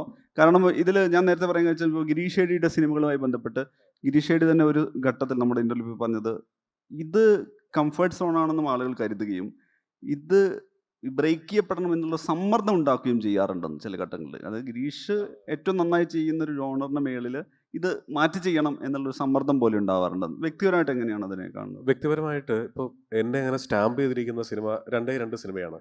ഒന്ന് മോസ്റ്റ്ലി സൺഡേ ഹോളിഡേ, അത് കഴിഞ്ഞ് വിജയ് സൂപ്പറും പൗർണമിയും. ഈ സൺഡേ ഹോളിഡേയിൽ ഈ പറഞ്ഞ ലളിത ചേച്ചി വന്നിട്ട് പറയും എതിരെ നിൽക്കുന്നവൻ്റെ ഉള്ളൊന്ന് അറിയാൻ ശ്രമിച്ചാൽ എല്ലാവരും പാവങ്ങളാ മക്കളെ എന്ന്. ആ മൊമെന്റിൽ അൾട്ടിമേറ്റ് സെറ്റിൽമെന്റ് കോഡായത്. അല്ല ഞാൻ ആസിഫ് പ്രസ് മീറ്റിൽ കൂടി പറഞ്ഞോടെ എത്ര വലിയ പ്രശ്നത്തെയും പരിഹരിക്കാൻ അതൊന്നും ഈ പറഞ്ഞ പോലെ ആലോചിച്ച് എഴുതിയ ഡയലോഗൊന്നും അല്ല. ഈ പറഞ്ഞ പോലെ ഒരു സീൻ എഴുതുന്നതിന്റെ സ്പീഡിൽ അങ്ങ് എഴുതി പോയൊരു ഡയലോഗാണ്. അപ്പൊ ഞാൻ നോക്കുമ്പോൾ എന്താ, അവിടെ വീട്ടിൽ ഗർഭിണിയായിട്ടുള്ള മരുമകളുണ്ട്, മകൻ എന്തോ കള്ളു കുടിച്ച് പ്രശ്നം ഉണ്ടാക്കിയെന്ന് പറഞ്ഞ് ആസിഫ് ആ വീട്ടിൽ വന്ന് മകനെ പിടിച്ച് അടിക്കുന്നു. അപ്പോൾ ഇനി ഈ അമ്മക്ക് ഈ വീട്ടിൽ വന്ന് ഇയാളെ തല്ലാനൊന്നും പറ്റില്ല. അപ്പോൾ അവരെന്തായിരിക്കും ഒരു നയപരമായിട്ട് ഡീൽ ചെയ്യുന്നത്? കുറച്ച് അച്ചപ്പം കൊള്ളപ്പം കൊണ്ട് കൊടുത്തിട്ട് മോനെ ഇനി അങ്ങോട്ട് വരരുത്, എതിരെ നിൽക്കുന്നതിൻ്റെ ഉള്ളെന്ന്. ഇത് സ്വാഭാവികമായിട്ട് അങ്ങ് എഴുതി പോയതാണ്. പക്ഷേ മനുഷ്യ എനിക്കിത് ഭയങ്കര സന്തോഷമാണ്. കാരണം എന്താ അറിയോ, ആൾക്കാർ എന്നെ ഈ 2 സിനിമ വെച്ച് ട്രോളുമ്പോൾ അത് 100 ദിവസം ഓടിയ സിനിമയിലാണ് ട്രോൾ ചെയ്യുന്നത്. പൊളിഞ്ഞു പോയ സിനിമയെ കുറിച്ചാണെങ്കിൽ ഞാൻ ദുഃഖിച്ചേനെ, അല്ലേ? സൺഡേ ഹോളിഡേ ഒരു ബിഗ് ഫ്ലോപ്പ് ആയിരുന്നു, വിജയ് സൂപ്പർ ഫ്ലോപ്പ് ആയിരുന്നെങ്കിൽ ഞാൻ ദുഃഖിച്ചേനെ, അയ്യോ ഞാൻ ചെയ്തു തെറ്റിപ്പോയി. 100 ദിവസം തിയേറ്ററിൽ നിറഞ്ഞു കളിച്ച സിനിമയെ വെച്ച് ട്രോളിക്കോട്ടെ. പക്ഷെ ട്രോളുന്ന എപ്പോഴാണ് മനുഷ്യൻ? ആ സിനിമ കളിച്ചിരുന്ന സമയത്ത് ട്രോളിയില്ലല്ലോ. ഇപ്പോൾ അതും ഞാൻ നിർത്തി, ഞാൻ ഇപ്പുറത്തേക്ക് കടന്ന് എത്രയോ കഴിഞ്ഞപ്പോഴാണ് ഇവർ ട്രോളാൻ തുടങ്ങുന്നത്. ഇപ്പുറത്തെത്തിയപ്പോഴാണ് ട്രോളുന്നത്. അപ്പോൾ ഞാൻ ഒന്നാമത്തെ കാര്യം ഏത് തരം ട്രോളും. പക്ഷെ അതുകൊണ്ട് കിട്ടിയൊരു സംഭവം ഉണ്ട് കേട്ടോ. ഈ സിനിമ ചെയ്യാൻ വേണ്ടിയിട്ട് നടക്കുന്ന സമയത്ത് ഞാൻ മനസ്സിൽ എന്നോട് തന്നെ പറഞ്ഞു ഉറപ്പിച്ചൊരു കാര്യമുണ്ട്. നിനക്ക് ജീവിതത്തിൽ സിനിമയിൽ എന്തെങ്കിലും ഒരു അടയാളം നിനക്കുണ്ടാക്കാൻ സാധിക്കണം. ഇവിടെ എല്ലാവരും സിനിമ ഷൂട്ട് ചെയ്യുന്നത് ഏതാണ്ട് ഒരേ ക്യാമറയിലാണ്. പക്ഷെ അമൽ നീരദ് ഷൂട്ട് ചെയ്യുന്ന ഒരു ഫ്രെയിം പോസ് ചെയ്തിട്ട് ഇത് നോക്കിയത് അമൽ നീരദിൻ്റെ ആണെന്ന് മനസ്സിലാവും, സത്യനന്ദിക്കാട്ടിൻ്റെ മനസ്സിലാവും, ലാൽ ജോസിൻ്റെ മനസ്സിലാവും, ഷൈജു ഖാലിദിൻ്റെ മനസ്സിലാവും. എല്ലാം ഒറ്റ ക്യാമറയിലാണ് ഷൂട്ട് ചെയ്യുന്നത്. അല്ലെങ്കിൽ മനസ്സിലായോ? അപ്പോൾ നമ്മൾ ഒരു അടയാളം ഉണ്ടാക്കണം, നമുക്കൊരു ഫ്ലേവർ ഉണ്ടാവണം, ഒരു ഫ്രാഗ്രൻസ് ഉണ്ടാവണം. ഇപ്പോൾ എനിക്ക് അഭിനവ് ഇവിടെ ഇരിക്കുമ്പോൾ വളരെ സന്തോഷമുണ്ട്. കാരണം ഞാൻ അറ്റ്ലീസ്റ്റ് 6 സിനിമയോളം ചെയ്തു. ഒറ്റ സിനിമ ചെയ്ത ഒരാൾ അയാളുടെ സിനിമ കൊണ്ട് അടയാളം ഉണ്ടാക്കി. എനിക്ക് ഭയങ്കര സന്തോഷമുണ്ട് അഭിനവ് ഇവിടെ ഇരിക്കുമ്പോൾ. അതൊരു ചെറിയ കാര്യമല്ല, ഒരു ഫ്ലേവർ ഉണ്ടാക്കാൻ അയാളുടെ സിനിമ കൊണ്ട് സാധിച്ചു. അപ്പോൾ അത് തന്നെ ഫോളോ ചെയ്യണം എന്നുള്ളതല്ല, ആ ഒരു മാർക്ക് ഉണ്ടാക്കൽ വെരി ഇമ്പോർട്ടൻ്റ് ആണ്, വളരെ ഇമ്പോർട്ടൻ്റ് ആണ്. അപ്പോൾ ട്രോൾസിനെ വളരെ ഹാപ്പി ആയിട്ടാണ് കാണുന്നത്. അഭിനവിനെ സംബന്ധിച്ചോളം ഈ അഭിനവിൻ്റെ ഈ മുകുന്ദനുണ്ണിയുടെ പൂർവ്വകാലത്ത് അഭിനവ് കൂടി ഈ പറഞ്ഞ അത്യാവശ്യം നന്നായിട്ട് ഇതൊക്കെ ഞാൻ പലതരത്തിലുള്ള റിയാക്ഷൻസ് ഉണ്ടാക്കി വന്നത്. പക്ഷേ മുകുന്ദനുണ്ണിയുടെ ക്ലൈമാക്സ് എനിക്ക് തോന്നുന്നത് പോസ്റ്റ് OTT റിലീസാണെന്ന് തോന്നുന്നു. അതിൽ ആർഷ പറഞ്ഞ ഡയലോഗ്, നമ്മുടെ തൻവിയുടെ ക്യാരക്ടറിനോട് പറയുന്ന ഡയലോഗ്, സിനിമ വളരെ സക്സസ്ഫുൾ ആയിട്ട് തിയേറ്ററിലൊക്കെ സെലിബ്രേറ്റ് ചെയ്തതിന് ശേഷം വന്നത്, അതിനെ ചൊല്ലി ഒരു സംഗതി ഉണ്ടല്ലോ, അതിനെ ഏറ്റെടുക്കുന്ന വലിയൊരു വിഭാഗം ഉണ്ടായിരുന്നു. നോർമൽ ഇങ്ങനെയാണ് ആളുകൾ പറയാന്നുള്ളത്. അത് ഒരു സക്സസ് പോയിന്റ്. ഈ പറഞ്ഞ അതിൽ ശരിക്കതിൽ ട്രോൾ ചെയ്യുന്നത് ഈ പറഞ്ഞ ഷോർട്ട് കട്ട് മോട്ടിവേഷണൽ മാസ്റ്റേഴ്സ് ആയിട്ടുള്ള ഈ മാസ്റ്റർ മെൻറ്റേഴ്സിനെ എല്ലാം കൂടെ ചേർത്ത് ട്രോൾ ചെയ്യുന്നതാണല്ലോ. ഈ ഒരു ഗ്രേ ഷെയ്ഡിൽ നിന്ന് കൂടി അച്ചീവ് ചെയ്തവരാണ് ഈ പോസിറ്റിവിറ്റിയുടെ വലിയ കഥകൾ പറയുന്നതെന്നുള്ളത്. പക്ഷേ അങ്ങനെ ഒരു അവസാനം അതൊരു ട്രോളായിട്ടും ഡിസ്കഷനായിട്ടും പിന്നെ വന്നല്ലോ. കറക്റ്റായി പറയുന്നൊരു നമുക്ക് പറയാവുന്നൊരു ടെയിലൻഡ് ത്രൂ ഒക്കെ വരുന്ന സാധനം വന്നിരുന്നല്ലോ, അത് എങ്ങനെയാണ് എടുത്തത്? ഇല്ല, അത് റെസനേറ്റ് ചെയ്ത് ആൾക്കാർക്ക് അത് ഇഷ്ടപ്പെട്ടു എന്നുള്ളത് സന്തോഷം തന്നെയുള്ളൂ. അത് രണ്ട് പക്ഷത്തും ആളുകൾ ആ, അണിനിരുന്നല്ലോ. അത് അത് അത് എക്സ്പെക്ട് ചെയ്ത് തന്നെ ആക്ച്വലി. ഇതിലും കൂടുതൽ എക്സ്പെക്ട് ചെയ്തിരുന്നു, പക്ഷെ അത് കുഴപ്പമൊന്നുമില്ല. ഇനി നമ്മുടെ ഇതിലേക്ക് തന്നെ വന്നു കഴിഞ്ഞാൽ, ഇപ്പം മലയാള സിനിമയെ സംബന്ധിച്ചോളം മലയാള സിനിമയിൽ ഒരുപാട് തരത്തിലുള്ള ഒരുപാട് ജോണർ ട്രൈ ചെയ്യുന്ന സംഗതി വന്നിട്ടുണ്ട്. പക്ഷേ ഇപ്പം നമ്മൾ നോക്കുവാണെങ്കിൽ കുറേ കൂടി സാധ്യതകൾ വരികയാണ്, സാങ്കേതികമായ സാധ്യത. നമ്മൾ രേഖാചിത്രം നോക്കുമ്പോൾ AI-യുടെ സാധ്യത ഉപയോഗിക്കുന്നു. ഇപ്പോൾ ഇതൊരു ഫ്യൂച്ചർ സമ്മിറ്റ് ആയതുകൊണ്ട് കൂടിയാണ്.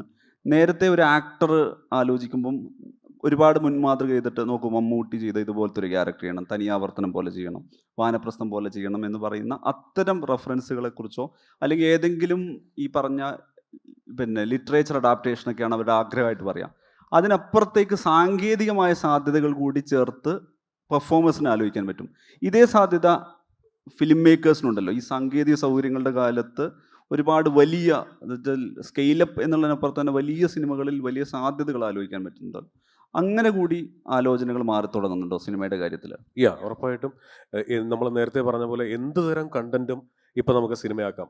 ഇന്നത് വേണമെന്നില്ല, ഇന്ന ആൾ അഭിനയിക്കണം എന്നില്ല, ആരഭിനയിച്ചാലും മതി. കണ്ടന്റ് ഇപ്പം ഞാൻ പറഞ്ഞില്ലേ, ഷട്ടർ എന്ന് പറഞ്ഞ സിനിമ വിജയിച്ച നാടാണത്. അതിന് വലിയ രീതിയിലുള്ള അംഗീകാരം കിട്ടിയപ്പോൾ ഒന്ന് ആലോചിച്ചു, ആ രീതിയിലേക്ക് ഓഡിയൻസ് മാറി.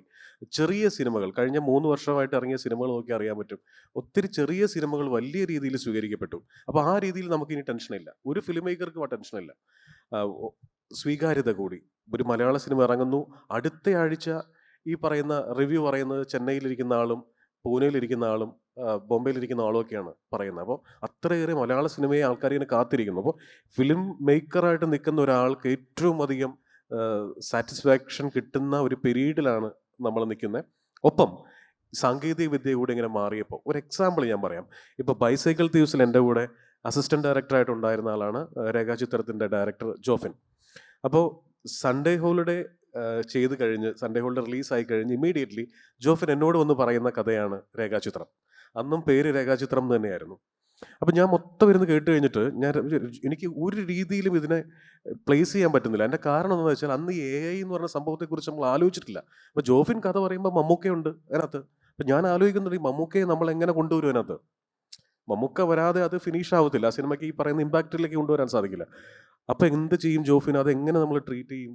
അത് മമ്മൂക്ക അഭിനയിക്കണ്ടേ, അഭിനയിച്ചാൽ തന്നെ പഴയ മമ്മൂക്ക ആവില്ലല്ലോ, കാതോരത്തിൽ മമ്മൂക്കയെ കൊണ്ടുവരണ്ടേ എന്നൊക്കെ പറയുമ്പോൾ ജോഫിൻ ഇങ്ങനെ ഇരിക്കുന്നു. അപ്പോൾ ഞാൻ പറഞ്ഞു, ജോഫിൻ ഒരു കാര്യം ചെയ്യും, മറ്റൊരു സിനിമ അതിനുമുമ്പ് ചെയ്യും, ഇതവിടെ നിൽക്കട്ടെ, രണ്ടാമത്തെയോ മൂന്നാമത്തെയോ സിനിമയായിട്ട് രേഖാചിത്രം ചെയ്യും എന്ന് പറഞ്ഞിട്ടാണ് അന്ന് പിരിഞ്ഞത്. ജോഫിൻ വളരെ ക്ലവറായി പോയി പ്രീസ്റ്റ് ചെയ്തു. കറക്റ്റ് കാലചക്രം തിരിഞ്ഞു, AI പോലത്തെ സാങ്കേതിക വിദ്യ ഉണരുന്നു, ജോഫിൻ അത് ചെയ്യുന്നു, മനോഹരമായിട്ടത് സ്വീകരിക്കപ്പെടുന്നു. അപ്പോൾ അതൊരു അല്ലേ, അന്നത് സെർവ് ചെയ്തിരുന്നെങ്കിൽ ചിലപ്പോൾ ഇത്രയും മധുരം ഉണ്ടാവില്ലായിരിക്കും. ശരിയല്ലേ? അഭിനോടിനോട് ഇതേ ചോദ്യം ചോദിക്കാനുണ്ട്. അതിൻ്റെ കൂടെ ചേർത്ത് ചോദിക്കാവുന്നത്, അഭിനവ് അടുത്തതായി അനൗൺസ് ചെയ്ത പടം മോളിവുഡ് ടൈംസ് എന്നുള്ള പേരിലാണ്. നമ്മൾ പെട്ടെന്ന് നോക്കുമ്പോൾ അത് ഒരു സോഷ്യൽ മീഡിയ അല്ലെങ്കിൽ മലയാള സിനിമയെ ഒരു സമയത്ത് കോയിൻ ചെയ്തൊരു വാക്ക് കൂടിയാണല്ലോ. അപ്പോൾ ഒരു സിനിമയെക്കുറിച്ചുള്ള ഒരു തോട്ട് എന്ന് പറയുന്ന സമയത്ത് ഏതെങ്കിലും തരത്തിൽ നമ്മുടെ ചുറ്റുവട്ടം നടന്ന കഥ, പുസ്തകത്തിൽ നിന്നുള്ള കഥ, അത്തരം ലിമിറ്റേഷനിൽ നിന്ന് മാറിപ്പോവാണല്ലോ. ഏത് തരം സാധ്യത ഉപയോഗിക്കാം നിങ്ങൾക്ക്. ഒരു ഒറ്റ ദിവസം 3 സോംബി പടങ്ങൾ അനൗൺസ് ചെയ്ത ഇൻഡസ്ട്രി കൂടിയാണിത്. അപ്പം ഒരുപാട് എനിക്കൊന്ന് ഏത് ടെറൈനിലേക്കും പോകാം, ഏത് തരം ആലോചനയിലേക്കും പോകാം. എന്നാൽ സാങ്കേതികമായിട്ട് AI പോലുള്ള ഏത് തരം സാങ്കേതിക സൗകര്യങ്ങൾ ഉപയോഗപ്പെടുത്താമെന്നൊക്കെ ഉണ്ടല്ലോ. അപ്പോൾ പുതിയ ആലോചന വരുമ്പോൾ ഈ മോളിവുഡ് ടൈംസ് അടക്കം ചേർത്ത് ചോദിക്കണം, പുതിയ ആലോചന വരുന്ന സമയത്ത് അങ്ങനെ അതിനിങ്ങനെ ലിമിറ്റ് ചെയ്യേണ്ട ക്രിയേറ്റിവിറ്റി എന്ന തോന്നലിലേക്കാണ് എത്തുന്നത്. അത് ഡെഫിനറ്റ്ലി ഉണ്ട്. പക്ഷേ ഞാൻ അങ്ങനെ ഇതിനു വേണ്ടി ഇപ്പോൾ ഒരു ടെക്നോളജി യൂസ് ചെയ്യാൻ വേണ്ടിയും ആലോചിക്കാറില്ല. ഇപ്പോൾ മോളിവുഡ് ടൈംസ് ആണെങ്കിൽ അപ്പോൾ ആ പടത്തിൽ എന്താണോ വേണ്ടത് നമ്മൾ അതിന് ടെക്നോളജി അവൈലബിൾ ആണെങ്കിൽ അത് യൂസ് ചെയ്യും. അല്ലാതെ ഈ ടെക്നോളജി നമ്മൾ കണ്ടുവെച്ച് അത് യൂസ് ചെയ്യാൻ വേണ്ടി സ്റ്റോറീസ് ക്രിയേറ്റ് ചെയ്യാൻ എനിക്ക് അറ്റ്ലീസ്റ്റ് പറ്റില്ല. എനിക്ക് തോന്നുന്നു അങ്ങനത്തെ ഫിലിം മേക്കേഴ്സ് ഉണ്ട്. ഇപ്പോൾ ജെയിംസ് ക്യാമറനൊക്കെ അങ്ങനെ ഒരു പുതിയ ടെക്നോളജി ഏതോ ഒന്ന് കണ്ടുവെച്ചാൽ ഇത് യൂസ് ചെയ്യാൻ വേണ്ടി ഇത് ചെയ്യാന്നൊക്കെ പറഞ്ഞാൽ അങ്ങനത്തെ സയൻറ്റിസ്റ്റ് ലെവൽ ഫിലിം മേക്കേഴ്സ് ഒക്കെ ഉണ്ടല്ലോ ലോകത്തിൽ. അപ്പോൾ എനിക്ക് ഇത്രയേ ഉള്ളൂ, കഥ ആലോചിക്കുന്ന സമയത്ത് അവിടെ എന്തെങ്കിലും ടെക്നോളജി നല്ലത് ഇപ്പം അവൈലബിൾ ആയിട്ടുള്ള ലേറ്റസ്റ്റ് ആയിട്ടുള്ള സാധനം അത് കഥയ്ക്ക് സെർവ് ചെയ്യുമെങ്കിൽ യൂസ് ചെയ്യുന്നേ ഉള്ളൂ. അപ്പോൾ അതിൻ്റെ മേലോട്ടൊന്നും ചിന്ത പോകാറില്ല. സിമ്പിൾ. നമുക്ക് ഓഡിയൻസിൻ്റെ സൈഡിൽ നിന്നുള്ള ക്വസ്റ്റ്യൻസ് കൂടി.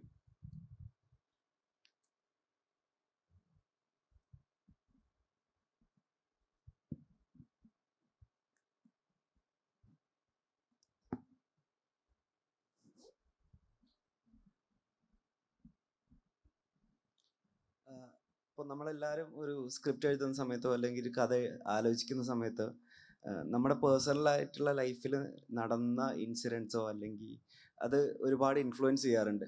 ഇപ്പോൾ ജിസേട്ടൻ പറഞ്ഞു ജിസേട്ടൻ്റെ ലൈഫിലെ കുറേ ഇൻസിഡൻസ് ഉണ്ടായി. അപ്പോൾ എനിക്ക് അങ്ങനെ പേഴ്സണലി എഴുതുന്ന സമയത്ത് അങ്ങനെ ഉണ്ടാവാറുണ്ട്. അപ്പോൾ എനിക്ക് ചോദ്യം അഭിനവിനോടാണ്. മുകുന്ദനുണ്ണിയിലെ മുകുന്ദനിൽ എത്രത്തോളം അഭിനയമുണ്ട്? ഞാൻ ഒട്ടുമില്ല അതിൽ ആക്ച്വലി. എന്നെ അറിയുന്ന ആൾക്കാർക്ക്, എന്നെ നന്നായിട്ട് അറിയുന്ന ആൾക്കാർക്ക് അത് മനസ്സിലാവും. അതിൽ വിനീതേട്ടൻ ഭയങ്കര ഒരു ട്രിക്ക് അതിൽ പുൾ ഓഫ് ചെയ്തു. ഞാൻ യൂസ് ചെയ്യുന്ന കണ്ണട പോലുള്ള കണ്ണട തന്നെ വേണം വിനീതേട്ടൻ ഡിമാൻഡ് ചെയ്തു. അവിടെ എല്ലാം മാറി ഞാനാണ് മുകുന്ദനുണ്ണി എന്ന് വിചാരിച്ചു ആൾക്ക്. അത്രേ ഉള്ളൂ. എനിക്കും മുകുന്ദനുണ്ണിയും തമ്മിൽ ഒരു ബന്ധവുമില്ല.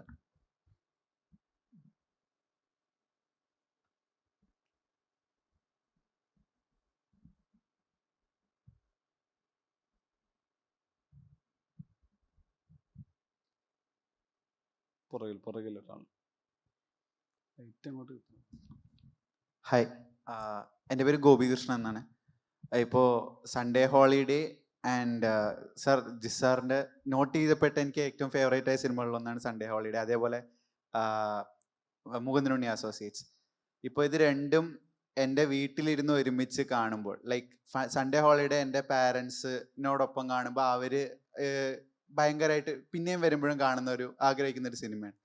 ഇപ്പോൾ മുകുന്ദനുണ്ണി അസോസിയേറ്റ്സ് ആണെങ്കിൽ നമുക്ക് ആ ഒരു ജനറേഷനെ ഒട്ടും കണക്ട് ചെയ്യാൻ, ലൈക്ക് ഇങ്ങനെ ആൾക്കാരുണ്ടോ അങ്ങനെ ഒരു രീതിയിൽ ചിന്തിക്കുന്ന ഒരു സിനിമയാണ്. അപ്പോൾ ഞാൻ ചോദിക്കുന്നത് എന്താന്ന് വെച്ചാൽ, ലൈക്ക് നിങ്ങൾ ഓഡിയൻസ് ലൈക്ക് പലതരം ഓഡിയൻസ് ഉണ്ടാവുമല്ലോ, അപ്പോൾ എല്ലാതരം ഓഡിയൻസിനെയും കണക്ട് ചെയ്തിട്ടാണോ റൈറ്റിങ്ങിൽ ഫോക്കസ് ചെയ്യുന്നത്, ഓർ നിങ്ങളുടെ ഐഡിയാസും കോർ ഐഡിയ മാത്രമാണോ നിങ്ങൾ ഫോക്കസ് ചെയ്യുന്നത് റൈറ്റിങ്ങിൽ? ആരോടാ? രണ്ടുപേരോടും. ഇതിപ്പം മുകുന്ദനുണ്ണിയുടെ കേസ് ഞാൻ പറയാം. ഞാൻ ആ ഒരു സിനിമയിലേ ചെയ്തിട്ടുള്ളൂ. അപ്പം അത് എഴുതുമ്പോൾ നമുക്കറിയാം അതിനൊരു ലിമിറ്റഡ് ഓഡിയൻസേ ഉള്ളൂ. അതൊരു നീഷായിട്ടുള്ളൊരു ഓഡിയൻസിന് മാത്രം കേറ്റർ ചെയ്യുന്ന, അല്ലെങ്കിൽ ഒരു പെർട്ടിക്കുലർ ഏജ് ഗ്രൂപ്പിലുള്ള ആൾക്കാർക്ക് മേലോട്ടുള്ള ഏജ് ഗ്രൂപ്പിൽ ചിലപ്പോൾ ആൾക്കാർക്ക് വർക്കായിന്ന് വരില്ല എന്നുള്ളതൊക്കെ നമുക്ക് ധാരണയുണ്ടായിരുന്നു. അതുകൊണ്ട് തന്നെ നമ്മൾ ബഡ്ജറ്റ് നല്ലോണം ചുരുക്കിയിട്ടാണ് ചെയ്തത്. അപ്പം നമ്മൾ ബേസിക്കലി ഇത്രയേ ഉള്ളൂ. എനിക്ക് നമ്മൾ ചെയ്യാൻ ഉദ്ദേശിക്കുന്ന കാര്യം ഞാൻ ആലോചിക്കുന്നത് അത്രയേ ഉള്ളൂ. എനിക്ക് ഇതാണ് ചെയ്യാൻ ഇപ്പോൾ ആഗ്രഹമെന്ന് തോന്നുകയാണെങ്കിൽ അത് ചെയ്യുക. ചെയ്യുന്ന സമയത്ത് അത് വൃത്തിക്ക് ചെയ്യുക, മാക്സിമം കൺവിക്ഷനോടെ ചെയ്യുക, അതിൽ വെള്ളം കലക്കാതെ ചെയ്യുക. എല്ലാവർക്കും അപ്പീൽ ചെയ്യണമെന്ന് കരുതി വീണ്ടും കുറച്ച് കോമഡി സീൻസ് ആഡ് ചെയ്ത്, അല്ലെങ്കിൽ പറഞ്ഞ പോലെ ഒരു ഫാമിലി സെൻറ്റിമെൻറ്റ്സ് ആഡ് ചെയ്ത് അയാളെ നല്ലവനാക്കുക, അല്ലെങ്കിൽ എന്തെങ്കിലും രീതിയിലൊക്കെ മാറ്റി ചെയ്യുന്നതിന് നല്ലത് നമുക്ക് കൺവിക്ഷനുള്ള സാധനം അതേപോലെ ഡെലിവർ ചെയ്യുക. പക്ഷേ അത് ചെയ്യുന്ന സമയത്ത് നമ്മൾ നമ്മുടെ ഓഡിയൻസ് എത്രത്തോളം നമ്മൾ ഈ പടത്തിനെ റിസീവ് ചെയ്യുമെന്ന് ആലോചിച്ച് അതിനനുസരിച്ച് ബഡ്ജറ്റ് ചെയ്ത് ചുരുക്കി മാക്സിമം ലോ ബഡ്ജറ്റിൽ ചെയ്ത് കഴിഞ്ഞാൽ നമുക്കിഷ്ടമുള്ള പോലെ തന്നെ ചെയ്യാൻ പറ്റും. ഇപ്പം മോളിവുഡ് ടൈംസ് നേരെ മറിച്ച് അത് ഇത്രയും കൂടെ വൈഡർ ഓഡിയൻസിന് കേറ്റർ ചെയ്യുന്ന സിനിമയാണ്. അത് വളരെ കമേഴ്ഷ്യലി വയബിൾ ആയിട്ടുള്ള ഫിലിമായിട്ടാണ് എനിക്ക് പേഴ്സണലി ഫീൽ ചെയ്യുന്നത്. അതുകൊണ്ട് തന്നെ അത് കുറച്ചുകൂടെയൊക്കെ വലിയ ബഡ്ജറ്റ് ഉണ്ടാവും, അതിൻ്റേതായിട്ടുള്ള രീതിയിൽ അതിന് അപ്പീൽ ഉണ്ടാവും. ഓരോ സിനിമ എടുക്കുമ്പോൾ അത് കഴിഞ്ഞിട്ട് ചിലപ്പോൾ കംപ്ലീറ്റ്ലി വേറെ മുകുന്ദനുണ്ണി സോണിലുള്ള സിനിമയായിരിക്കും ഞാൻ ചെയ്യുക. അപ്പോൾ അത് ഞാൻ അതിനനുസരിച്ച് ബഡ്ജറ്റ് ഞങ്ങൾ ചുരുക്കും. അപ്പം ബഡ്ജറ്റ് നമുക്ക് കൺട്രോൾ ചെയ്ത് കഴിഞ്ഞാൽ പടം എല്ലാ രീതിയിലും സേഫ് ആവുമെന്നാണ് എനിക്ക് തോന്നുന്നത്. എനിക്ക് തോന്നുന്നു ഒരു ഫിലിം മേക്കറുടെ ടേസ്റ്റ് ഉറപ്പായിട്ടും അവരുടെ സിനിമയിൽ ഉറപ്പായിട്ടും അത് വരും. അത് നമ്മൾ പറയില്ലേ, ഇപ്പോൾ 25 വയസ്സുള്ളപ്പോൾ എന്നെ ദേഷ്യം പിടിപ്പിച്ച പല കാര്യങ്ങളും ഇപ്പം എന്നെ ദേഷ്യം പിടിപ്പിക്കുന്നില്ല, അല്ലെങ്കിൽ എന്നെ പ്രകോപിതനാക്കിയ കാര്യങ്ങൾ ഇപ്പോൾ ഒരു 44 വയസ്സിൽ നിൽക്കുമ്പോൾ എന്നെ പ്രകോപിതനാക്കുന്നില്ല. ആ പ്രായത്തിൻ്റെ മാറ്റങ്ങളും അതനുസരിച്ചുള്ള അഭിരുചിയുടെ മാറ്റങ്ങളും വരും എന്ന് ഞാൻ വിശ്വസിക്കുന്നു. ഇപ്പോൾ സൺഡേ ഹോളിഡേ എന്ന് പറയുന്ന പടം താങ്കൾ പറഞ്ഞ പോലെ അത് റിലീസാവുന്നത് 2017 പക്ഷെ അത് ഞാൻ കൺസീവ് ചെയ്യുന്നത് 2013 അന്ന് ഈ രീതിക്കുള്ള ഒരു സോഷ്യൽ മീഡിയയോ അങ്ങനത്തെ ഇത്തരത്തിലുള്ള ഓൺലൈൻ മീഡിയാസോ അങ്ങനെയൊന്നുമില്ല. പഴയ ഒരു സിനിമയുടെ ചട്ടക്കൂട് തന്നെയാണ് ആലോചിച്ചത്. അപ്പോൾ അത്തരത്തിലൊരു സിനിമ ചെയ്യാൻ വലിയ ഗഡ്സിൻ്റെ ആവശ്യമില്ല. ഒരു നല്ല പ്രൊഡ്യൂസർ ഉണ്ടാവുക, കാരണം സപ്പോർട്ടീവായിട്ട് ശ്രീനികേട്ടനുണ്ട്, ലാലുവേട്ടനുണ്ട്, ആശാ ശരത് അഭിനയിക്കുന്നുണ്ട്, ഈ ആസിഫ് അലി, അപർണ ബാലമുരളി, സിദ്ദൊക്കെ, അങ്ങനെ ഒരു വലിയ താരനിരയുണ്ട്. അപ്പോൾ അങ്ങനെ ഒരു സിനിമ ചെയ്യാൻ വലിയ ഗഡ്സ് വേണ്ട, നമുക്ക് ആ ഒരു സെൻസ് മാത്രം മതി. പക്ഷേ അഭിനവ് ചെയ്ത ഈ പടത്തിന് അതൊരു ഗഡ്സും കൂടെ വേണം. അതിൻ്റെ ഉത്തരമാണ് അഭിനവ് പറഞ്ഞത്. ബജറ്റ് ഫ്രണ്ട്ലി ആയിരിക്കണം, കാരണം അതൊരു പരീക്ഷണമാണ്. വർക്കൗട്ട് ആയില്ലെങ്കിൽ അങ്ങനെ ചീറ്റി പോകാൻ സാധ്യതയുള്ള ഒരു പരീക്ഷണമാണ്. അപ്പോൾ വിനീത് ശ്രീനിവാസനെ പോലെ നന്മയുടെ വക്താവായ അല്ലെങ്കിൽ സ്നേഹസമ്പന്നമായ സിനിമകളും ഒക്കെ എടുത്തിരുന്ന വിനീത് ശ്രീനിവാസൻ അതിൽ നായകനായിട്ട് അഭിനയിച്ചു എന്ന് പറയുന്നതാണ് അതിൻ്റെ ഹൈലൈറ്റ്. പിന്നെ ഞാൻ എപ്പോഴും പറയും വിനീതിൻ്റെ അടുത്ത്, വിനീതിനെ എനിക്ക് വർഷങ്ങളായിട്ട് അറിയാവുന്ന ഒരാളാണ്. ചാപ്പാക്കുരിശ് എന്ന് പറയുന്ന സിനിമ കണ്ടു കഴിഞ്ഞപ്പോൾ ഞാൻ വിനീതിനെ വിളിച്ച് പറഞ്ഞതാണ്, വിനീതെ ഇത്രയും എനിക്ക് വിനീതിനെ അറിയാം, വിനീത് എത്ര പാവമാണെന്നും എത്ര സോഫ്റ്റ് ആണെന്നും എനിക്കറിയാം, എന്നിട്ട് പോലും എനിക്ക് വിനീതിനായിട്ട് ഒരു ഒറ്റ പൊട്ടിക്കൽ വരാൻ വേണ്ടി തോന്നിയ സിനിമ കഴിഞ്ഞപ്പോൾ അത്ര ഇമ്പാക്റ്റ് ഉണ്ടാക്കാൻ ആ സിനിമയ്ക്ക് സാധിച്ചു. അപ്പോൾ അതേ പറഞ്ഞ ആ ഒരു കംഫോർട്ട് സോണിൽ നിന്ന് പുറത്ത് കടക്കുന്ന അല്ലെങ്കിൽ പുറത്ത് കടക്കാൻ ശ്രമിക്കുന്ന, ഫോർ എക്സാമ്പിൾ ഇപ്പോൾ നമ്മുടെ ഗഗനചാരി പോലത്തെ പടങ്ങൾ, നമ്മൾ അത്തരം ഫിലിം മേക്കേഴ്സിനെ നമ്മൾ വല്ലാതെ അപ്രീഷിയേറ്റ് ചെയ്യണം. കംഫോർട്ട് സോൺ പൊളിക്കൽ എല്ലാവർക്കും സാധിക്കുന്ന ഒരു കാര്യമല്ല.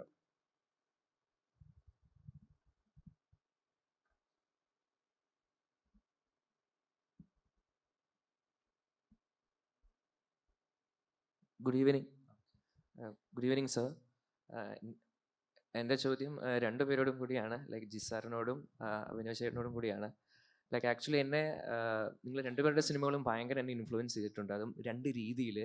ബേസിക്കലി ഇപ്പം സൺഡേ ഹോളിഡേ ആണെങ്കിലും വിജയ് സൂപ്പറും പൗർണമി ആണെങ്കിലും ഇതൊക്കെ കാണുന്ന സമയത്ത് ഇപ്പം നേരത്തെ മനീഷ് സാറ് പറഞ്ഞ പോലെ ലൈക്ക് നന്മ അതൊക്കെ പറഞ്ഞു ആൾക്കാർ ട്രോളുന്നു എന്ന് പറഞ്ഞിരുന്നു. എനിക്കതൊരിക്കലും തോന്നിയിട്ടില്ല അതൊന്നും ഒരു ട്രോളേണ്ട ഒരു കാര്യമാണെന്ന്. ബിക്കോസ് എനിക്ക് ഏറ്റവും കൂടുതൽ ഇൻഫ്ലുവൻസ് ആണ് അതിൽ നിന്നൊക്കെ കിട്ടിയിട്ടുള്ളത്. അപ്പം അതുപോലെ തന്നെ മുകുന്ദനുണ്ണി അസോസിയേറ്റ്സ് ആണെങ്കിലും കണ്ട സമയത്ത് ഭയങ്കര സർപ്രൈസിങ് ആയിരുന്നു ആ മൂവി. ബിക്കോസ് ബിക്കോസ് അതിൽ നായകൻ ഒരു നെഗറ്റീവ് ഷെയ്ഡ് ഉണ്ട് ഓൾറെഡി. സോ അപ്പം അങ്ങനെ പോസിറ്റീവ് ഷെയ്ഡുള്ള ആളെ വിജയിക്കാവൂ എന്നൊരു ഒരു സാധനം നമ്മൾ അവിടെ വെച്ച് ബ്രേക്കായി. പിന്നെ സക്സസ് ആയ ആളുകൾ എന്ന് പറയുന്നത് ഒരിക്കലും നല്ല ആളുകളാണോന്നുമില്ല, അവർ ഏത് വഴി കൂടെയും സക്സസ് മുന്നിലെത്താം.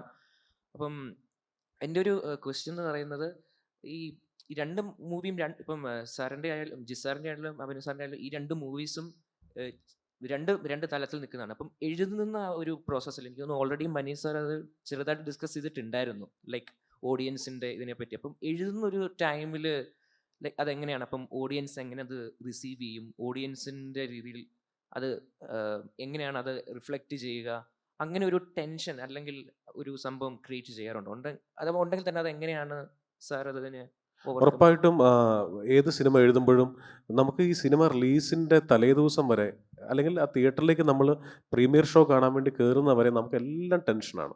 എത്ര ടെൻഷൻ ഇല്ലെന്ന് പറഞ്ഞിട്ടും കാര്യമില്ല, കാരണം അത്രയും എല്ലാ ഫിലിം മേക്കേഴ്സിനും ആ ടെൻഷൻ ഉണ്ടാവും. ഇത് കാരണം നമ്മളെപ്പോഴോ നമ്മളൊരു നമ്മുടെ വീട്ടിലോ ഒരു ഹോട്ടൽ മുറിയിലോ ഒരു ടേബിൾ ലാമ്പിൻ്റെ കീഴെ ഇരുന്ന് എഴുതിയതാണ്. അത് ചെയ്തു വന്നപ്പോൾ ഏതാണ്ട് ഒരു 8 മാസം 9 മാസം 1 വർഷം വരെ കടന്നു പോയിട്ടുണ്ടാകാം. ഈ സമയത്ത് ആൾക്കാരുടെ അഭിരുചികൾ മാറിയിട്ടുണ്ടാവാം. തിയേറ്ററിൽ ഇത് ഒക്കെ പ്രത്യേകിച്ച് ചിരിക്കുന്ന സീനുകൾ, ചിരിപ്പിക്കുന്ന സീനുകൾ അത് വർക്കൗട്ട് ആയില്ലെങ്കിൽ അങ്ങനെ അത് മറ്റേ ചീറ്റി പോകത്തേ ഉള്ളൂ. അപ്പോൾ അതുകൊണ്ട് ആ ടെൻഷൻ എപ്പോഴും ഉണ്ടാവും. സോ അതുകൊണ്ട് തന്നെ നേരത്തെ ഞങ്ങൾ പറഞ്ഞതാണ്, ഓഡിയൻസിനെ കുറിച്ച് ചിന്തിക്കാറുണ്ട്. പിന്നെ ഒരാൾക്കും ഞാൻ മനസ്സിലാക്കിയെടുത്തോളം ഈ സിനിമ വിജയിക്കും, ഈ സീൻ വർക്കാവും എന്ന് പറഞ്ഞുകൊണ്ട് ഒരു സിനിമ എടുക്കാൻ പറ്റില്ല. അതിപ്പോൾ ഈ കഴിഞ്ഞ ഒരു 5 വർഷം ഇറങ്ങിയ സിനിമകൾ നോക്കിയാൽ നമുക്ക് മലയാളത്തിൽ പ്രത്യേകിച്ച് മനസ്സിലാവും. ഫോർ എക്സാമ്പിൾ ഇപ്പോൾ എൻ്റെ സുഹൃത്ത്, എൻ്റെ കൂടെ 2 സിനിമ ക്യാമറ ചെയ്ത ബാഹുൽ രമേഷ്, ബാഹുൽ സ്ക്രിപ്റ്റ് എഴുതിയ സിനിമയാണ് കിഷ്കിന്ധാകാന്ഡം. അപ്പോൾ ദിൻജിത്ത് എൻ്റെ വളരെ അടുത്ത സുഹൃത്ത്, ആസിഫ് അതിനേക്കാൾ വേറെ സുഹൃത്ത്. ഇതൊരു ഓണപ്പടമായിട്ട് ഇറക്കാൻ അവർ കാണിച്ച ധൈര്യം എന്ന് പറയുന്നത് വലിയ ധൈര്യമാണ്, ഭയങ്കര ധൈര്യമാണ്. അപ്പോൾ ഞാൻ പറഞ്ഞില്ലേ, വർക്കൗട്ട് ആയപ്പോൾ അത് അങ്ങേയറ്റം വർക്കൗട്ടായി. സോ സിനിമ നമ്മൾ വൺസ് ചെയ്യാൻ തീരുമാനിച്ചാൽ പിന്നെ ഭയക്കാതെ മുന്നോട്ട് പോവുക, പക്ഷെ സ്റ്റിൽ പേടി ഉള്ളിൽ തന്നെ ഉണ്ടാവും.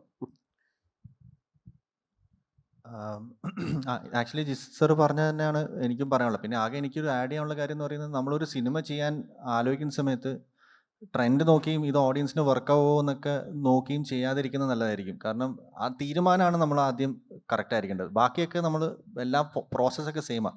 ഈ തീരുമാനിക്കുന്ന സ്റ്റേജുണ്ട്, ഇത് ചെയ്യണം, ഇന്ന സിനിമ ചെയ്യണമെന്ന് തീരുമാനിക്കുന്നുണ്ടല്ലോ, അതൊരിക്കലും ഇത് ട്രെൻഡാണ് അപ്പോൾ നമുക്കിത് ചെയ്യാം, അല്ലെങ്കിൽ ഇത് വർക്കൗട്ടാവും, ഇത് നമുക്ക് ചെയ്യാം എന്ന രീതിയിൽ തീരുമാനിക്കാതെ നമുക്കത് ഭയങ്കര കൺവിക്ഷൻ തോന്നുന്നുണ്ടോ, കേൾക്കുമ്പോൾ നമുക്ക് ഈ കഥ പറയാൻ തോന്നുന്നുണ്ടോ എന്ന ആ തീരുമാനം കറക്റ്റാണെങ്കിൽ ബാക്കിയൊക്കെ ഈ റൈറ്റിംഗ് ഒക്കെ അത് വന്നോളും. ആ നമ്മൾ ഓണസ്റ്റ് ആയിട്ടുള്ള ഡിസിഷൻ എടുത്തെങ്കിൽ ബാക്കിയൊക്കെ കറക്റ്റായിട്ട് വീണോളൂ എന്ന് എനിക്ക് തോന്നുന്നു. ആ ഡിസിഷനാണ് ഇമ്പോർട്ടൻറ്റ്, ഏത് സിനിമ ചെയ്യണം എന്നുള്ളത്.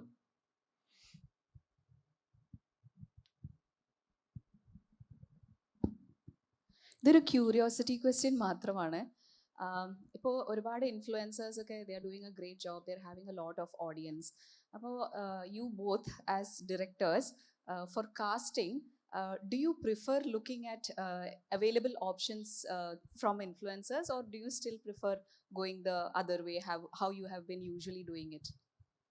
ഇൻഫ്ലുവൻസേഴ്സ് എന്ന് മാത്രമല്ല, ഇപ്പോൾ ഞാൻ ഒരു സിനിമയോ അല്ലെങ്കിൽ ഒരു ആഡ് ഫിലിമോ ചെയ്യുന്ന സമയത്ത് റീൽസ് ഫോളോ ചെയ്യാറുണ്ട്. ആ സമയത്ത് ഒരുപാട് സ്ക്രീൻ യൂസ് ചെയ്യുന്ന ഒരാളല്ല ഞാൻ. പക്ഷേ നമുക്കൊരു ആവശ്യമുള്ളപ്പോൾ, പ്രത്യേകിച്ച് ഒരു ഓഡീഷൻ, പണ്ടൊക്കെ അങ്ങനെയാണല്ലോ, ഓഡീഷൻ ഇപ്പോഴും നടക്കുന്നുണ്ട്. പക്ഷേ ഞാൻ കുറച്ചുകൂടെ ഭയങ്കര കഴിവുള്ള ആൾക്കാരെ ഇതിൽ കണ്ടിട്ടുണ്ട്. ഒത്തിരി പേര് എൻ്റെ പരസ്യങ്ങളിലാണെങ്കിലും സിനിമയിലാണെങ്കിലും ഈ ഇൻസ്റ്റഗ്രാം വഴിയൊക്കെ കിട്ടിയിട്ടുണ്ട്. അപ്പോൾ ഞാനത് വളരെയധികം ഒബ്സർവ് ചെയ്യുകയും അതിൽ നിന്ന് വളരെ രസകരമായി തോന്നിയ, അത് ആരും ആയിക്കോട്ടെ, ഏത് പ്രായത്തിലുള്ള ആളും ആയിക്കോട്ടെ, നമ്മൾക്ക് ഈ മെസ്സേജ് അയക്കാനുള്ള ഓപ്ഷനുണ്ട്. നമുക്ക് അവരുടെ നമ്പർ മേടിക്കാം, സംസാരിക്കാം, ഇന്ന സ്ഥലത്ത് ഓഡീഷന് വിളിക്കാം. അപ്പോൾ ടെക്നോളജി മാറിയപ്പോൾ അതൊക്കെ ഒരു ഫിലിം മേക്കർ എന്നുള്ള രീതിയിൽ വല്ലാതെ ഉപയോഗപ്പെടുത്തുന്നുണ്ട് ശരിക്കും. ഇത് സെയിം ആണ്. നമ്മൾ അങ്ങനെ ഇപ്പം ഇൻഫ്ലുവൻസേഴ്സിന് ഇൻഫ്ലുവൻസിന് ഇത്ര ഫോളോയിങ് ഉണ്ടെന്ന് കരുതി ഒരിക്കലും എടുക്കാറില്ല. നമുക്ക് നമ്മുടെ ക്യാരക്ടറിന് കറക്റ്റ് ആണെങ്കിൽ അത് ഇൻഫ്ലുവൻസർ ആണെങ്കിലും നമ്മളത് ഓക്കെയാണ്. അതിപ്പം ആസ്പയറിംഗ് ആയിട്ടുള്ള വേറെ ആക്ടേഴ്സ് ഈ ഓഡിഷൻസിന് വരുന്ന സമയത്ത് അവരാണെങ്കിലും നമുക്ക് ആ ക്യാരക്ടർ നമുക്ക് സൂട്ട് ആവുന്നുണ്ടോ എന്ന് മാത്രമേ നോക്കാറുള്ളൂ. അതിൻ്റെ മേലോട്ട് നമ്മൾ അധികം നോക്കാറില്ല. നിങ്ങൾ ആക്സസിബിൾ ആണോ through Instagram for the normal crowd? Of course, തീർച്ചയായിട്ടും. ഇപ്പം നമ്മൾ ഈ വാഴ എന്നൊക്കെ പറഞ്ഞ പടത്തിൽ കണ്ടില്ലേ, നമ്മൾ ഒരു രീതിയിലും അല്ല, ഒരു നാടകത്തിൻ്റെ പിൻബലമോ മിമിക്രിയുടെ പിൻബലമോ ഒന്നുമില്ലാതെ തന്നെ ഈ സോഷ്യൽ മീഡിയയിലൂടെ കണ്ട ആൾക്കാർ തന്നെയാണ് അത് മെജോറിറ്റി അഭിനയിച്ചിരിക്കുന്നത്. അപ്പം അത്രയേറെ കണക്റ്റഡ് ആണ്. ഒരു മെസ്സേജ് അയച്ചാൽ ആരാ കാണാത്തത്? കൂടിപ്പോയാൽ ഒരു ദിവസം കാണില്ലായിരിക്കും, നെക്സ്റ്റ് ഡേ നമ്മൾ കണ്ടിരിക്കും, ഉറപ്പായിട്ടും കണ്ടിരിക്കും. Thank U.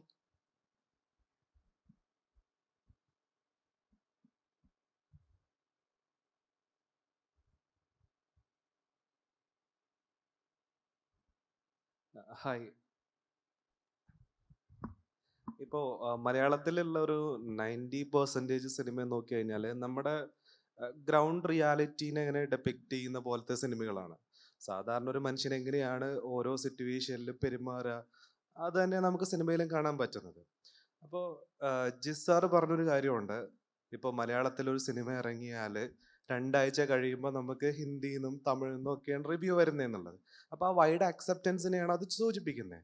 അപ്പോൾ അങ്ങനെ അക്സെപ്റ്റൻസ് കിട്ടുമ്പോൾ ആ ഓഡിയൻസിനും കൂടെ ഇത് കിട്ടാൻ വേണ്ടിയിട്ട് നമ്മുടെ ആ സോളിൽ, നമ്മുടെ ആ ഒരു റിയാലിറ്റിയിൽ വെള്ളം ചേർക്കാൻ സാധ്യതയുണ്ടോ എന്നുള്ളതാണ്. വെള്ളം ചേർക്കാൻ സാധ്യത ഉണ്ടെന്ന് ചോദിച്ചാൽ സിനിമയെ അങ്ങനെ കാണുന്ന ഫിലിം മേക്കേഴ്സിന് ഉറപ്പായിട്ടും വെള്ളം ചേർക്കാൻ സാധ്യതയുണ്ട്. സിനിമയെ അങ്ങനെ കാണുന്ന, പക്ഷേ ഈ ഇരിക്കുന്ന ഞാനോ എനിക്കറിയാവുന്നിടത്തോളം അഭിനവോ അങ്ങനത്തെ ഒരു ആളല്ലെന്നാണ് ഞാൻ വിശ്വസിക്കുന്നത്. ഞാൻ സിനിമ ഇപ്പോൾ നമുക്ക് പാൻ ഇന്ത്യൻ ഒരു ഓഡിയന് വേണ്ടി എഴുതണം എന്നൊക്കെ ഒരു ആഗ്രഹം ഇപ്പോൾ ചർച്ച ചെയ്യുന്ന സിനിമകൾക്ക് ഉണ്ടാവാറുണ്ട് കേട്ടോ. ഡെലിബറേറ്റ്ലി ഇപ്പോൾ സഞ്ജയ് ബോബി ആണ് എഴുതിക്കൊണ്ടിരിക്കുന്ന പുതിയ പടം. അപ്പോൾ ഞങ്ങൾ പറയുന്നുണ്ട് ഇതൊരു പാൻ ഇന്ത്യക്ക് മനസ്സിലാവണം. കാരണം എന്താ, OTT-യിലാണ് ഇതിൻ്റെ ഏറ്റവും കൂടുതൽ സ്വീകാര്യത, തിയേറ്റർ കഴിഞ്ഞാൽ വരാൻ പോകുന്നത്. സോ എല്ലാവർക്കും മനസ്സിലാവണം. പക്ഷേ അവന് മനസ്സിലാവാൻ വേണ്ടി പ്രത്യേകിച്ച് ഒന്നും സ്പെഷ്യലായിട്ട് ഇടാറില്ല. നമ്മൾ പറയില്ലേ, ഭാഷയ്ക്കൊക്കെ ഒത്തിരി മാറ്റം വന്നിട്ടുണ്ടല്ലോ, ഒത്തിരി. നമ്മൾ നേരത്തെ പറഞ്ഞ പോലെ റിയാലിറ്റി ആയല്ലോ. അപ്പോൾ കുമ്പളങ്ങി നൈറ്റ്സിലെ ഈ ബൈജു എഴുപുന്നയുടെ വീട്ടിൽ ഡിന്നർ കഴിക്കാൻ വേണ്ടി പോകുന്ന സീൻ ഓർക്കുന്നുണ്ടോ? അപ്പോൾ ബൈജു എഴുപുന്ന പറയും നമ്മളൊക്കെ ഓരോ തൂവൽ പക്ഷികളാണെന്ന് പറയും. ഭഗത് പറയും അങ്ങനെയല്ല, എനിക്ക് ചെറിയൊരു ജോലി ഉണ്ട്, ഞാൻ കൊച്ചച്ഛനെ പോലെ ഇങ്ങനെ ഇവിടെ ഇരിക്കുകയല്ല എന്നൊക്കെ പറയുമ്പോൾ സൈഡിൽ കൂടെ ഗ്രേസ് പറയുന്നുണ്ട്, പക്ഷെ ഇന്നെന്തോ കൊച്ചച്ഛൻ ഉണ്ടാക്കിയ ഭക്ഷണം അത്ര നന്നായിട്ടില്ല. എന്നുകൊണ്ട് അടുത്ത കട്ട് കിച്ചണിലാണ്. കിച്ചണിൽ ഗ്രേസ് പറയുന്നു ആരോട്, മറ്റേ അന്നാബെന്നോട് പറയുന്നു, എങ്ങനെയുണ്ടടി ഞാൻ നൈസായിട്ട് ടോപ്പിക്ക് മാറ്റി കൊടുത്തില്ലെന്ന് പറയുമ്പോൾ ഇമ്മീഡിയറ്റ്ലി പിന്നെ ചത്തിട്ട് റീത്ത് വെച്ച പോലെ ഉണ്ട്. ആ മാറ്റം ഭാഷയിലുണ്ടായിട്ടുണ്ട്, സിനിമയിൽ ആ മാറ്റം ഉണ്ടായിട്ടുണ്ട്. അത് ഞാൻ വല്ലാതെ എൻജോയ് ചെയ്യുന്ന ഒരാളാണ്. അപ്പോൾ എനിക്ക് തോന്നുന്നു അതൊക്കെ തന്നെ ആയിരിക്കും ഇത്രയും സ്വീകാര്യത മലയാള സിനിമയ്ക്ക്. രാജീവ് മേനോൻ സാർ ഒരു ഇൻസ്റ്റിറ്റ്യൂട്ട് നടത്തുന്നുണ്ട്, ഫിലിം സ്കൂൾ, വർഷങ്ങളായിട്ട്. അപ്പോൾ രാജീവ് സാർ ഒരു 5 വർഷം മുമ്പ് എന്നോട് പറയാണ്, എടാ ഞാൻ ഞെട്ടിപ്പോയി, ഒറീസയിൽ നിന്ന് 2 പിള്ളേർ പഠിക്കാൻ വന്നിട്ടുണ്ട്, 10-50ഓളം സ്റ്റുഡൻസ് പഠിക്കുന്നുണ്ട് ഫിലിം മേക്കിംഗ്. പുള്ളി പറഞ്ഞു, നിങ്ങളെ ഏത് സിനിമയാണ് സ്വാധീനിച്ചത് സിനിമ സെലക്ട് ചെയ്യാമെന്ന് പറഞ്ഞപ്പോൾ അവർ പറഞ്ഞ 2 സിനിമയും മലയാള സിനിമകളായിരുന്നു. ഞാൻ ചോദിച്ചു അത് ഏതൊക്കെയാണ് സാറേ? ഒന്ന് സുഡാനി ഫ്രം നൈജീരിയ, മറ്റൊന്ന് കുമ്പളങ്ങി നൈറ്റ്സ്. ചെറിയ കാര്യമല്ലല്ലോ, ഒറീസയിലിരിക്കുന്ന 2 പേരെ സ്വാധീനിച്ചിരിക്കുന്ന 2 മലയാള സിനിമകളാണ്. ഈ കയ്യടി ആ മാറ്റം കൊണ്ടുവന്ന നല്ല ഫിലിം മേക്കേഴ്സിനും നല്ല റൈറ്റേഴ്സിനും ഉള്ളതാണ്. സർ, ഹായ്, ഒരു ക്വസ്റ്റ്യൻ കൂടി ഉണ്ട്. സാർ നേരത്തെ പറഞ്ഞിരുന്നു സാറ് ട്രാവൽ ചെയ്യുമ്പോഴാണെങ്കിലും ഒക്കെ സിദ്ദിഖ് സാറിൻ്റെ സിനിമകൾ റിപ്പീറ്റഡ് വാച്ചിങ് കാണാറുണ്ടെന്ന്. അപ്പം സാറ് റൈറ്റ് ചെയ്യുമ്പോഴോ അല്ലെങ്കിൽ ഒരു ഫിലിം ഡയറക്റ്റ് ചെയ്യുമ്പോഴോ അങ്ങനെ ഒരു റിപ്പീറ്റഡ് വാച്ചിങ്ങിന് വേണ്ടിയിട്ട് ഓഡിയൻസിനെ കൺസിഡർ ചെയ്തിട്ട് അങ്ങനത്തെ റൈറ്റിങ്ങിൽ എന്തെങ്കിലും മാറ്റങ്ങൾ കൊണ്ടുവരുമോ? ഇപ്പം കൂടുതലും ഫീൽ ഗുഡ് സിനിമകളിലേക്ക് വരുന്നത് കൊണ്ടുള്ളൊരു ചോദ്യമാണ്. അതായത് ഈ ഫീൽ ഗുഡ് സിനിമയുടെ ഒരു ഗുണം ഞാൻ പറയാം, നിങ്ങൾ എത്ര പേര് ശ്രദ്ധിച്ചിട്ടുണ്ടെന്ന് അറിയില്ല. ഇത് ഈ സാറ്റലൈറ്റിൽ ടെലികാസ്റ്റ് ആവില്ലേ, ഫോർ എക്സാമ്പിൾ ഇപ്പോൾ ഏഷ്യനെറ്റിലോ സൂര്യയിലോ സീയിലോ മനോരമയിലോ ഒക്കെ ടെലികാസ്റ്റ് ആവില്ലേ, ആ സമയത്ത് ഈ ഫീൽ ഗുഡ് സിനിമയ്ക്ക് കുറച്ചും കൂടെ ഇമ്പാക്റ്റ് ഉണ്ട്. കാരണം ത്രില്ലർ സിനിമയുടെ വ്യത്യാസം പറഞ്ഞുതരാം. ത്രില്ലർ സിനിമയുടെ ഒരു പ്രത്യേകത, 2 സീൻ ഒരുമിച്ച് മിസ്സായാൽ നമുക്ക് സിനിമ മനസ്സിലാവത്തില്ല, ശരിയല്ലേ? പക്ഷേ ഫീൽ ഗുഡ് സിനിമയുടെ ഗുണം എന്ന് പറയുന്നത് നമുക്ക് എപ്പോൾ വേണേൽ ഇന്നാവാം, എപ്പോൾ വേണേൽ ഔട്ടാവാം. ഇപ്പോൾ സൺഡേ ഹോളിഡേ എന്ന് പറഞ്ഞ സിനിമ ത്രൂ ഔട്ട് ഇരുന്ന് കാണണമെന്നില്ല. ഈ സാറ്റലൈറ്റ് ഓഡിയൻസിൻ്റെ വീട്ടിൽ സിനിമ കാണുന്നവരുടെ പ്രത്യേകത വളരെ ഒരു 10% താഴെയല്ലേ മൊത്തം സിനിമ ഒരുമിച്ചിരുന്ന് കാണുന്നുള്ളൂ. അടുക്കളയിൽ പാചകം നടക്കുന്നുണ്ടാവും, ഷർട്ട് തയ്ക്കുന്നുണ്ടാവും, അടിച്ചു വാരുന്നുണ്ടാവും, മുറ്റത്ത് ഗസ്റ്റ് വരുമ്പോൾ സംസാരിക്കുന്നുണ്ടാവും, ഇല്ലേ? ഇതൊക്കെ നടക്കുന്നുണ്ടാവും. അപ്പോൾ എപ്പോൾ വേണേൽ സിനിമയിൽ നിന്ന് ഔട്ടാവാം, എപ്പോൾ വേണേൽ തിരിച്ച് ഇന്നാവാം. അപ്പോൾ അത്തരം സിനിമകൾക്ക് സാറ്റലൈറ്റ് സെയിൽസിന് പോകുന്ന സമയത്ത് വല്ലാത്ത സ്വീകാര്യതയുണ്ട്. അതുകൊണ്ടായിരിക്കാം ഒരുപക്ഷെ എനിക്ക് തോന്നുന്നു ഏഷ്യനെറ്റ് ഏറ്റവും കൂടുതൽ ടെലികാസ്റ്റ് ചെയ്തിട്ടുള്ള കഴിഞ്ഞ 5 വർഷത്തിനിടയിലുള്ള സിനിമ സൺഡേ ഹോളിഡേ ആണ്. ഏറ്റവും കൂടുതൽ ഒരു 10 സിനിമ എടുത്തു കഴിഞ്ഞാൽ അതിൽ ഒരു സിനിമയെങ്കിലും സൺഡേ ഹോളിഡേ ആണ്. അതിൻ്റെ റീസൺ ബ്രദർ നേരത്തെ ചോദിച്ചതാണ്. എപ്പോൾ വേണമെങ്കിൽ ഇന്നാവാം, എപ്പോൾ വേണമെങ്കിൽ ഔട്ടാവാം. ഫീൽ ഗുഡിന് അങ്ങനെ ഒരു പ്രത്യേകതയുണ്ട്. ത്രില്ലർ നമുക്ക് 1 2 പ്രാവശ്യത്തേക്കുള്ളിൽ കാണാൻ പറ്റില്ല. 5 പ്രാവശ്യത്തേക്കുള്ളിൽ 5-ാം പാതിര കണ്ട ആരെങ്കിലും ഇവിടെ ഉണ്ടോ? ഇല്ലല്ലോ. കാരണം കഥ നമുക്കറിയാം, ട്വിസ്റ്റുകൾ അറിയാവുന്നതുകൊണ്ടാണ്. Correct. Sir, my question is to Jisoy sir. Sir, Sunday holiday movie ചെയ്തത് ഏതെങ്കിലും ലൈഫ് എക്സ്പീരിയൻസ് നിന്നാണോ? അങ്ങനെ പിന്നെ അവിടെ ഉണ്ടായ ഏതെങ്കിലും ലൊക്കേഷൻ നല്ല മെമ്മറീസ് ഷെയർ ചെയ്യോ? ഒരു സൺഡേ ഹോളിൽ ഒത്തിരി നല്ല മെമ്മറീസ് ഉണ്ട്. പ്രത്യേകിച്ചും ശ്രീനിയേട്ടനെ പോലത്തെ ഒരു ലെജൻഡ് ആ സിനിമ കമ്മിറ്റ് ചെയ്തു എന്ന് പറയുന്നത് എനിക്ക് എന്നെ സംബന്ധിച്ചിടത്തോളം ഏറ്റവും സന്തോഷമുള്ള കാര്യമാണ്. പിന്നെ ലൈഫ് എക്സ്പീരിയൻസ് ഉണ്ടോ എന്ന് ചോദിച്ചാൽ ഉറപ്പായിട്ടുണ്ട്. കാരണം ഈ ശ്രീനിയേട്ടൻ ലാൽജു സാറിൻ്റെ പുറകെ നടക്കുന്ന ഒരു നടപ്പുണ്ട്. ആ നടപ്പ് ഞാനും അല്ലെങ്കിൽ കാരവൻ്റെ പുറത്ത്, ഒരു ആർട്ടിസ്റ്റിൻ്റെ കാരവൻ്റെ പുറത്ത് നിൽക്കുന്ന ഒത്തിരി പേരുണ്ട്. അവരുടെ പ്രതിനിധിയായിട്ടാണ് ഞാൻ. ഉണ്ണി മുകുന്ദൻ എന്നാണ് ശ്രീനിയേട്ടൻ്റെ കഥാപാത്രത്തിൻ്റെ പേര്. അപ്പോൾ അതിനകത്ത് കുറേ എൻ്റെ ഷെയ്ഡ്സ് ഉണ്ട്, കുറേ ന്യൂ കമേഴ്സിൻ്റെ ഷെയ്ഡ്സ് ഉണ്ട്. അതിൽ ശ്രീനിയേട്ടൻ ലാൽജോസിനോട് പറയുന്ന ഒരു ഡയലോഗുണ്ട്. സാറിപ്പോൾ ചോദിച്ചില്ലേ ഞാൻ എന്തിനാണ് സാറിൻ്റെ പുറകെ ഇങ്ങനെ നടക്കുന്നതെന്ന്. അത് സാറിൻ്റെ സിനിമയിൽ കല മാത്രമല്ല, കച്ചവടം മാത്രമല്ല, അതിൻ്റെ ഒപ്പം കലയും കൂടെ കാണാറുള്ളത് കൊണ്ടാണ്. അതുകൊണ്ടാണ് സാറിൻ്റെ പുറകെ കഥ. പിന്നെ ഞങ്ങളെപ്പോലുള്ളവർക്ക് ഇരിക്കാൻ ഒരു കസേര പോലും തരാതെ നിങ്ങൾ ഇറക്കി വിടുമ്പോൾ ഒന്നും ആലോചിക്കുന്നുണ്ടാവില്ല, ഞങ്ങൾക്കും സെൽഫ് റെസ്പെക്റ്റ് ഉണ്ടെന്ന്, ഞങ്ങൾക്കും ഒരു നല്ല സന്തോഷ വാർത്തയുമായി തിരിച്ചു ചെല്ലാൻ കാത്തിരിക്കുന്ന അച്ഛനും അമ്മയും കുടുംബവും ഒക്കെ ഉണ്ടെന്ന്. ഇത് എല്ലാവർക്കും റിലേറ്റ് ചെയ്യാവുന്നതല്ല, ഈ ഇരിക്കുന്ന എല്ലാവർക്കും റിലേറ്റ് ചെയ്യാവുന്നതാണ്. അപ്പോൾ തീർച്ചയായിട്ടും ഉണ്ട്, നമ്മുടെ ഷെയ്ഡ്സ് അതിനകത്തുണ്ട്. എൻ്റെ ക്വസ്റ്റ്യൻ അഭിനവിനോടാണ്. എസ്പെഷ്യലി ഞാൻ ഈ അടുത്ത് എൻ്റെ ഒരു ചേട്ടനുമായിട്ട് ഉണ്ടായ ഒരു കോൺവെർസേഷനിൽ ഇങ്ങനെ പറയുന്നുണ്ടായിരുന്നു, ഈ ഫിലിം മുകുന്ദനുണ്ണി സമൂഹത്തിന് കൊടുക്കുന്ന ഒരു മെസ്സേജ്, നേരത്തെ നമ്മൾ പറഞ്ഞ സാധനം ഭയങ്കര മോശം മെസ്സേജാണ്. അങ്ങനെയുള്ള രീതിയിലുള്ള കോൺവെർസേഷൻസ് ഈവൻ ഇൻഡസ്ട്രിക്കുള്ളിൽ തന്നെ കുറേ കോൺവെർസേഷൻസ് അങ്ങനെ ഉണ്ടായിട്ടുണ്ട്. ഇപ്പോൾ നമ്മൾ ചെയ്യുന്ന ആർട്ട് നമ്മളുടെ ആർട്ടിസ്റ്റിനെ ജഡ്ജ് ചെയ്യപ്പെടാനായിട്ട് ഉപയോഗപ്പെടുത്തിയേക്കാം.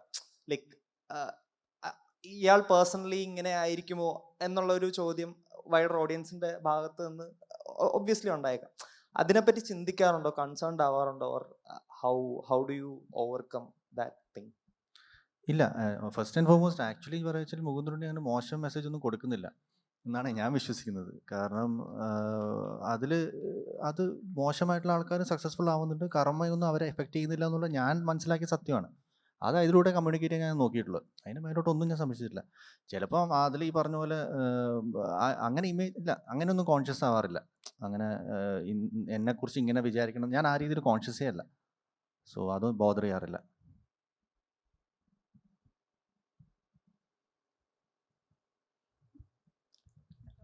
നമുക്ക് എന്തായാലും വൈൻഡപ്പ് ചെയ്യാം. ഒരു ഒറ്റൊരു കാര്യം കൂടി ചോദിക്കാവുന്നത്, എനിക്ക് ഒരു വൈൻഡപ്പ് നോട്ട് എന്നുള്ളത് ചോദിക്കാവുന്നത്, സക്സസ് പേഴ്സണലി സിനിമയുടെ തിയേറ്ററിക്കൽ സക്സസ് അല്ലെങ്കിൽ ഒരു മാസ് ഓഡിയൻസിലേക്ക് പോകുന്നത്, അത് ഏതെങ്കിലും ഘട്ടത്തിൽ ജഡ്ജ് ചെയ്യാൻ പറ്റാറുണ്ടോ? ഏറ്റവും കൂടുതൽ ഫിലിം മേക്കേഴ്സും റൈറ്റേഴ്സൊക്കെ പറയുന്നത് ഞങ്ങൾ കണ്ട് ഞങ്ങളുടെ ഈ ടേസ്റ്റ് ബഡ്സ് പോയി എന്ന് പോലെയാണ്.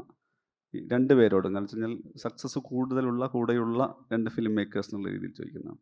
നമ്മൾ സിനിമ റിലീസിന് മുമ്പുള്ള ജഡ്ജ്മെൻറ്റ് പോകുന്നതിനെ കുറിച്ചല്ലേ? ഉറപ്പായിട്ടും അതെ, ഉറപ്പായിട്ടും. എന്താ പറയുക, പ്രത്യേകിച്ച് തമാശയുള്ള സിനിമകൾ നമ്മൾ എഴുതി, നമ്മളിത് ഷൂട്ട് ചെയ്തു, നമ്മൾ എഡിറ്റിംഗ് ടേബിളിൽ വന്നു, ആദ്യത്തെ കാഴ്ച കഴിഞ്ഞ് രണ്ടാമത്തെ കാഴ്ച പോലും നമുക്ക് ടെൻഷനാണ്, അയ്യോ ചിരി വർക്കാവുന്നുണ്ടോ? അത് തന്നെ ഈ ത്രില്ലർ പരിപാടിക്കുണ്ട്. നമ്മളിത് എഴുതി, നമ്മൾ ഷൂട്ട് ചെയ്തു, ഈ ട്വിസ്റ്റ് ആൾക്കാർക്ക് മനസ്സിലാവുമോ, അല്ലെങ്കിൽ ഇത് നേരത്തെ ആൾക്കാർക്ക് പിടി കിട്ടുമോ, ഓഡിയൻസിന് ഇത് മനസ്സിലാവും, ഈ ടെൻഷൻ എല്ലാവർക്കും ഉണ്ട്. അപ്പോൾ നമ്മൾ ചെയ്യുന്നൊരു കാര്യം എന്ന് പറയുന്നത്, അത്തരം ഒരു മൊമെൻറ്റിൽ നമുക്ക് വളരെയധികം വേണ്ടപ്പെട്ട ഒരു 2, 3, 4 പേര്, സിനിമയ്ക്ക് വെളിയിലുള്ള ആൾക്കാർ, സിനിമ കണ്ട് നമ്മളോട് വളരെ പച്ചയായ അഭിപ്രായം പറയുമെന്ന് വിശ്വാസമുള്ള ഒരു 3-4 പേരെ സിനിമ കാണിക്കും. അതിൽ അവർ പറയുന്നത് വളരെ ഇമ്പോർട്ടൻ്റ് ആയിരിക്കും. എനിക്ക് തോന്നുന്നു തലവൻ എന്ന് പറയുന്ന സിനിമ സൂരജാണ് എഡിറ്റ് ചെയ്തത്. കിഷ്കിന്ധകാണ്ഡവും സൂരജ് തന്നെയായിരുന്നു. അപ്പോൾ ഞങ്ങൾ ഏതാണ്ട് 5-6 മാസത്തോളം, സാധാരണ ഒരു സിനിമയ്ക്ക് ഒരു 18-20 ദിവസം മതി എഡിറ്റിങ്ങിന്, ഞങ്ങൾ 6 മാസത്തോളം എടുത്തു. പലപ്പോഴും ബ്രേക്ക് ചെയ്തു, കുറച്ച് 2 ആഴ്ച വീണ്ടും ബ്രേക്ക് ചെയ്തു, പിന്നെ വീണ്ടും തിരിച്ചു വന്നു, വീണ്ടും കണ്ടു, വീണ്ടും വെട്ടി. ഞാൻ ഒറ്റ കാര്യം കൺസേൺഡ് ആവാറുണ്ട്, ഈ ആൾക്കാർക്ക് വാട്ട് ഈസ് നെക്സ്റ്റ്, ഈ സംഗതി എല്ലാ സിനിമയ്ക്കും വേണം എന്നുള്ളതാണ് ഞാൻ മനസ്സിലാക്കുന്നൊരു കാര്യം. വാട്ട് ഈസ് നെക്സ്റ്റ്, അത് നമ്മൾ ചെയ്യുന്ന ഒരു പ്രണയ സിനിമ ആയിക്കോട്ടെ, ഒരു ത്രില്ലർ ആയിക്കോട്ടെ, ഒരു ഫീൽ ഗുഡ് സിനിമ ആയിക്കോട്ടെ, അടുത്തത് എന്താണെന്നുള്ള ഉദ്വേഗം, ആ മലയാള വാക്ക് അതാണ്, ആ ഉദ്വേഗം ഓരോ സീനിലും ഉണ്ടാക്കണം എന്ന് വല്ലാതെ ആഗ്രഹിക്കുന്നുണ്ട്. ആ ഉദ്വേഗം കൊണ്ട് മാത്രമേ തിയേറ്ററിൽ ഇനിയുള്ള ഓഡിയൻ ഇരിക്കുകയുള്ളൂ. കാരണം പുതിയ പഠനങ്ങൾ പറയുന്നത് മൊബൈൽ ഫോൺ എടുക്കാനുള്ള ടെൻഡൻസി 3 മിനിറ്റാണെന്നാണ് പറയുന്നത്. നമ്മൾ ഫോൺ വെച്ചാൽ 3 മിനിറ്റിനുള്ളിൽ നമ്മൾ അറിയാതെ എടുത്ത് സോഷ്യൽ മീഡിയ നോക്കും. അപ്പോൾ ഒരു വലിയ വെല്ലുവിളിയാണ്. പണ്ട് നമുക്ക് അങ്ങനെ ഒരു പ്രശ്നമില്ലല്ലോ, ആൾക്കാർ തിയേറ്ററിൽ കയറിയാൽ സിനിമ തീരുന്നവരെ കണ്ടുകൊണ്ടിരുന്നോളൂ. ഇപ്പം അങ്ങനെയല്ല, 2 സീൻ തുടർച്ചയായിട്ട് പരാജയപ്പെട്ടാൽ, വർക്കൗട്ട് ആയില്ലെങ്കിൽ ഇമ്മീഡിയറ്റ്ലി അവർ ഫോണിലേക്ക് പോകും. പിന്നെ കാണുന്ന ഒന്നും അവർക്ക് മനസ്സിലാവില്ല, പുറത്തിറങ്ങിയിട്ട് അവർ മോശം റിവ്യൂ ഇടുകയും ചെയ്യും. അപ്പോൾ അങ്ങനെയുള്ള കാര്യങ്ങളൊക്കെ എന്താ പറയുക, ശ്രദ്ധിക്കാറുണ്ട് ഇപ്പോൾ. പിന്നെ ഒന്നുകൂടി റിപ്പീറ്റ് ചെയ്യാൻ ക്വസ്റ്റ്യൻ. ഈ സക്സസ് ജഡ്ജ് ചെയ്യാൻ പറ്റാറുണ്ട്. ഇപ്പം പല ഫിലിം മേക്കേഴ്സും പറയും ഒരു ഐഡിയ ഇല്ലായിരുന്നു ഈ വിധം ഫിലിം സക്സസ്, അവരുടെ സ്വന്തം സിനിമയെക്കുറിച്ച്, അത് ഡെബ്യൂ ആവാം, സെക്കൻഡ് ഫിലിം ആവാം എന്നുള്ളത്, ഒരു തിയേറ്റർ ഫസ്റ്റ് ഷോ കഴിഞ്ഞിട്ടായിരിക്കും അവർക്കും ആ ജഡ്ജ്മെന്റിൽ എത്താൻ. ഇല്ല, സക്സസ് നമുക്ക് ഒരിക്കലും ജഡ്ജ് ചെയ്യാൻ പറ്റില്ല, പക്ഷേ റിയാക്ഷൻസ് ജഡ്ജ് ചെയ്യാൻ പറ്റാറുണ്ട്. ഇന്ന സീൻസിൽ ഇങ്ങനെയായിരിക്കും ആൾക്കാർ ഇത് റിയാക്ട് ചെയ്യുക, അപ്പോൾ ഇന്ന് അടുത്ത സീനിലോട്ട് പോകുമ്പോൾ ഇതായിരിക്കും റിയാക്ഷൻ വരിക. അപ്പോൾ ആ ഒരു ഫ്ലോ ഓഫ് റിയാക്ഷൻ ഉണ്ടല്ലോ, അത് ജഡ്ജ് ചെയ്യാൻ പറ്റാറുണ്ട്. പക്ഷേ സക്സസ് നമുക്ക് ഒരിക്കലും ജഡ്ജ് ചെയ്യാൻ പറ്റില്ല. സക്സസ് ഇസ് വെരി എന്താ പറയുക, റാൻഡം എനിക്ക് തോന്നിയിട്ടുള്ളത്.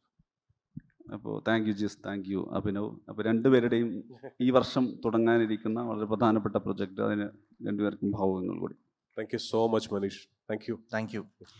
Thank you for that very gripping conversation. And to present a token of our appreciation from Jain University to these 3 gentlemen on stage, I'd like to bring on stage Dr. Madhukumar, Joint Controller of Examinations.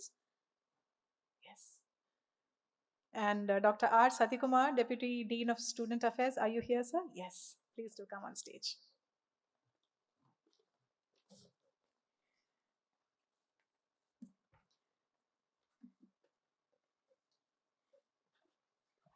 The good, the bad and the beyond. അതിനെക്കുറിച്ച് മാത്രമല്ല, അതിനപ്പുറത്തേക്കുമുള്ള മലയാള സിനിമയെക്കുറിച്ച് തന്നെ ഉള്ള ഒരു മനോഹരമായ സംവാദമാണ് ഇപ്പോൾ വേദിയിൽ നടന്നത്. Thank you for leading that conversation Manish.